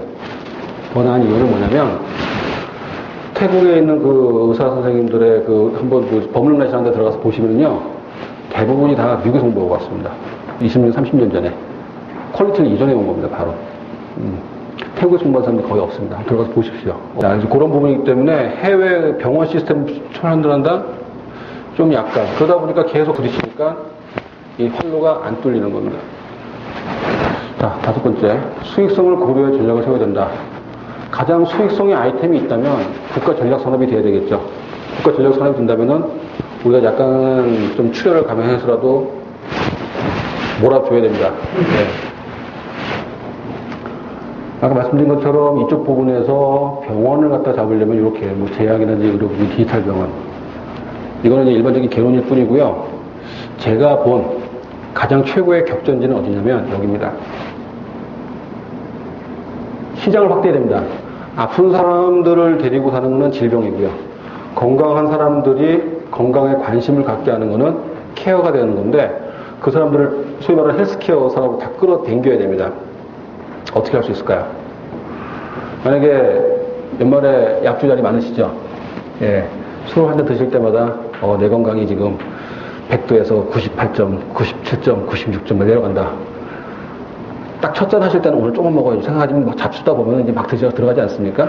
예, 대부분에. 예. 건강에 대해서 지금 당장에 눈앞에 온 게 아니기 때문에, 왜냐면 나는 건강했기 때문에. 건강에 대한 걸 인식을 시켜주기가 어렵습니다. 인식시켜주는 방법은 뭐냐면요. 이겁니다. 선생님의 진에, DNA에 술을 한 5잔 드시게 되면 갑자기 폭발하는 진이 있는 거예요. 어떻게 하시겠습니까? 예. 조금 더, 그래도 제 생각에 드실 것 같아요. 그래도 조금 더 줄어들겠죠. 그러고 나서 다음날 내가 지금 진이 있는데 이 중에서 지금 폭발 직전이요. 가서 한번 검사 한번 받아볼 겁니다. 불안하니까. 예. 시장을 확대하려면 건강한 사람을 건강에 대한 확실한 관심을 시켜야 되는데 지금 혈압검사, 무슨 뭐 당뇨검사 이거 갖고서 한계가 있고요. 제네틱 매핑으로 바로 들어가야 됩니다. 그 제네틱 매핑을 하고 그걸 의무기록 시켜주고 그것의 발현 정도를 검진을 하기 시작하게 되면요. 지금 대한민국 이 사업을 하기 위해요. 황무석 사태 이후에 너무 이게 많아졌습니다. 다른 나라 지금 뛰어가고 있는데, 예, 왜? 잘못될 수 있고, 복제인간 나타나서 갑자기 괴물이 나타날 수 있으니까, 예. 그런 부분을 갖다가 좀 어느 정도까지 조금 다른 제도로 보완을 해야 되는데, 마치 그거 비슷한 것 같다고 생각돼요. 뭐 인터넷에 음란물 떠다니까 인터넷 막아버려야 된다. 그거하고 비슷한 겁니다, 지금, 기본적으로. 예. 만약에 시장을 이거로 본다면 이것에 관련된 법규는 풀어줘야 됩니다. 지금 이게 다 막혀져 있어요. 전 세계에서 가장 강한 법규와 그 다음에 의료윤리에 대해서도 실험할 때도 가장 강한 그런 규칙을 갖고 있는 나라가 이것입니다. 예. 수익성이 높은 분, 예를 들어 보니까 지금 젠매핑, 구글이 투자한 회사라고 기억이 드는데, 구글이 투자한 회사는 지금 거의 한 사람 할 때마다, 검사할 때마다 자기네들이 지금 손해를 보고 있어요. 그래도 막대한 자금력을 조정해서 지금 100만 명, 1000만 명 지금 계속 진을 갖다가 끌어모으고 있습니다. 이걸 빅데이터 돌려서 검진을 시작하겠다는 거죠. 네. 어디에? 구글 헬스에서 발현 정도를 측정해주겠다. 판이 바뀌는 순간입니다. 건강검진에 들어가서 키대고 찍찍 하는 게 아니고 이 자체 판이 바뀌는 순간입니다. 예. 지금 그런 그림을 그려야 될 시대입니다, 지금. 예, 아직도 늦지 않았다고 생각이 됩니다. 큰 판을 연기해 있습니다. 근데 그 큰 판에 맞는 거, 다른 거, 큰 데는 놓치면 안 된다. 네, 선물 해드리겠습니다. 이렇게 좀 미약한 생태계가 풍성하게 돼야지만이 그 안에서 사업계가 계속 나온다, 이렇게. 그러니까 지금 대한민국에서는 사업계가 많겠습니까? 적겠습니까? 사업계가 그냥 매우 적다라고 보시면 됩니다. 그러니까 기본적으로 국책은행이라든지 이런 데서도 헬스케어 관련된 사업이 나오면 좀 편의를 봐서라도 좀 해줘라. 라고 하지만 그 펀드 해놓은 그 담당자들도 이렇게 들춰보게 되면은 이거 투자를 해야 되나 말아야 되나 했다가 나 이거 인사고과에서 떨어지는데 하는 플레이 너무 많다는 거예요. 예. 국가는 손을 벌리고 있는데 손을 벌려주고 있는데 해먹을 건 없다. 보시게 되면 이런 부분들을 이렇게 되려면 의사제도를 분리시킴으로써 반대를 리스크를 감소시키고요. 수익성 매트를 쳐서 뭐가 가장 뭐라 그럴까 그 수익성이 없는 대한민국의 국책 사업을 할 부분이 뭐냐 한번 발표해야 되고요. 의학의 경험 비대칭, 의학의 불안정성에는 상당 부분 시간이 지속될 것이다. 거기서 디지털 헬스케어라는 부분에 대해서 좀 맥을 제대로 대표해야 될 것 같고요. 의료 유연식은 반드시 필요한 제도로 생각이 되고 공진화된 단위 규모, 아마 통신사가 그 기관 사업될 가능성이 높습니다. 그 다음에 해외 진출을 위해서 병원의 정의가 국내에서는 치료와 그 케어하는 교두보, 해외 나가게 되면 한국의 제약과 기계의 선봉장, 업의 정의를 좀 바꿀 필요성이 있어야 된다. 이런 부분이 된다고 한다면 이렇게 갈 수 있다고 저는 생각이 되고요. 물론 또 다질구리한 부분들이 없잖아 있겠지만서도 기본적으로 이런 부분들이 되는 과정의 변화가 될 거라 생각이 되고요.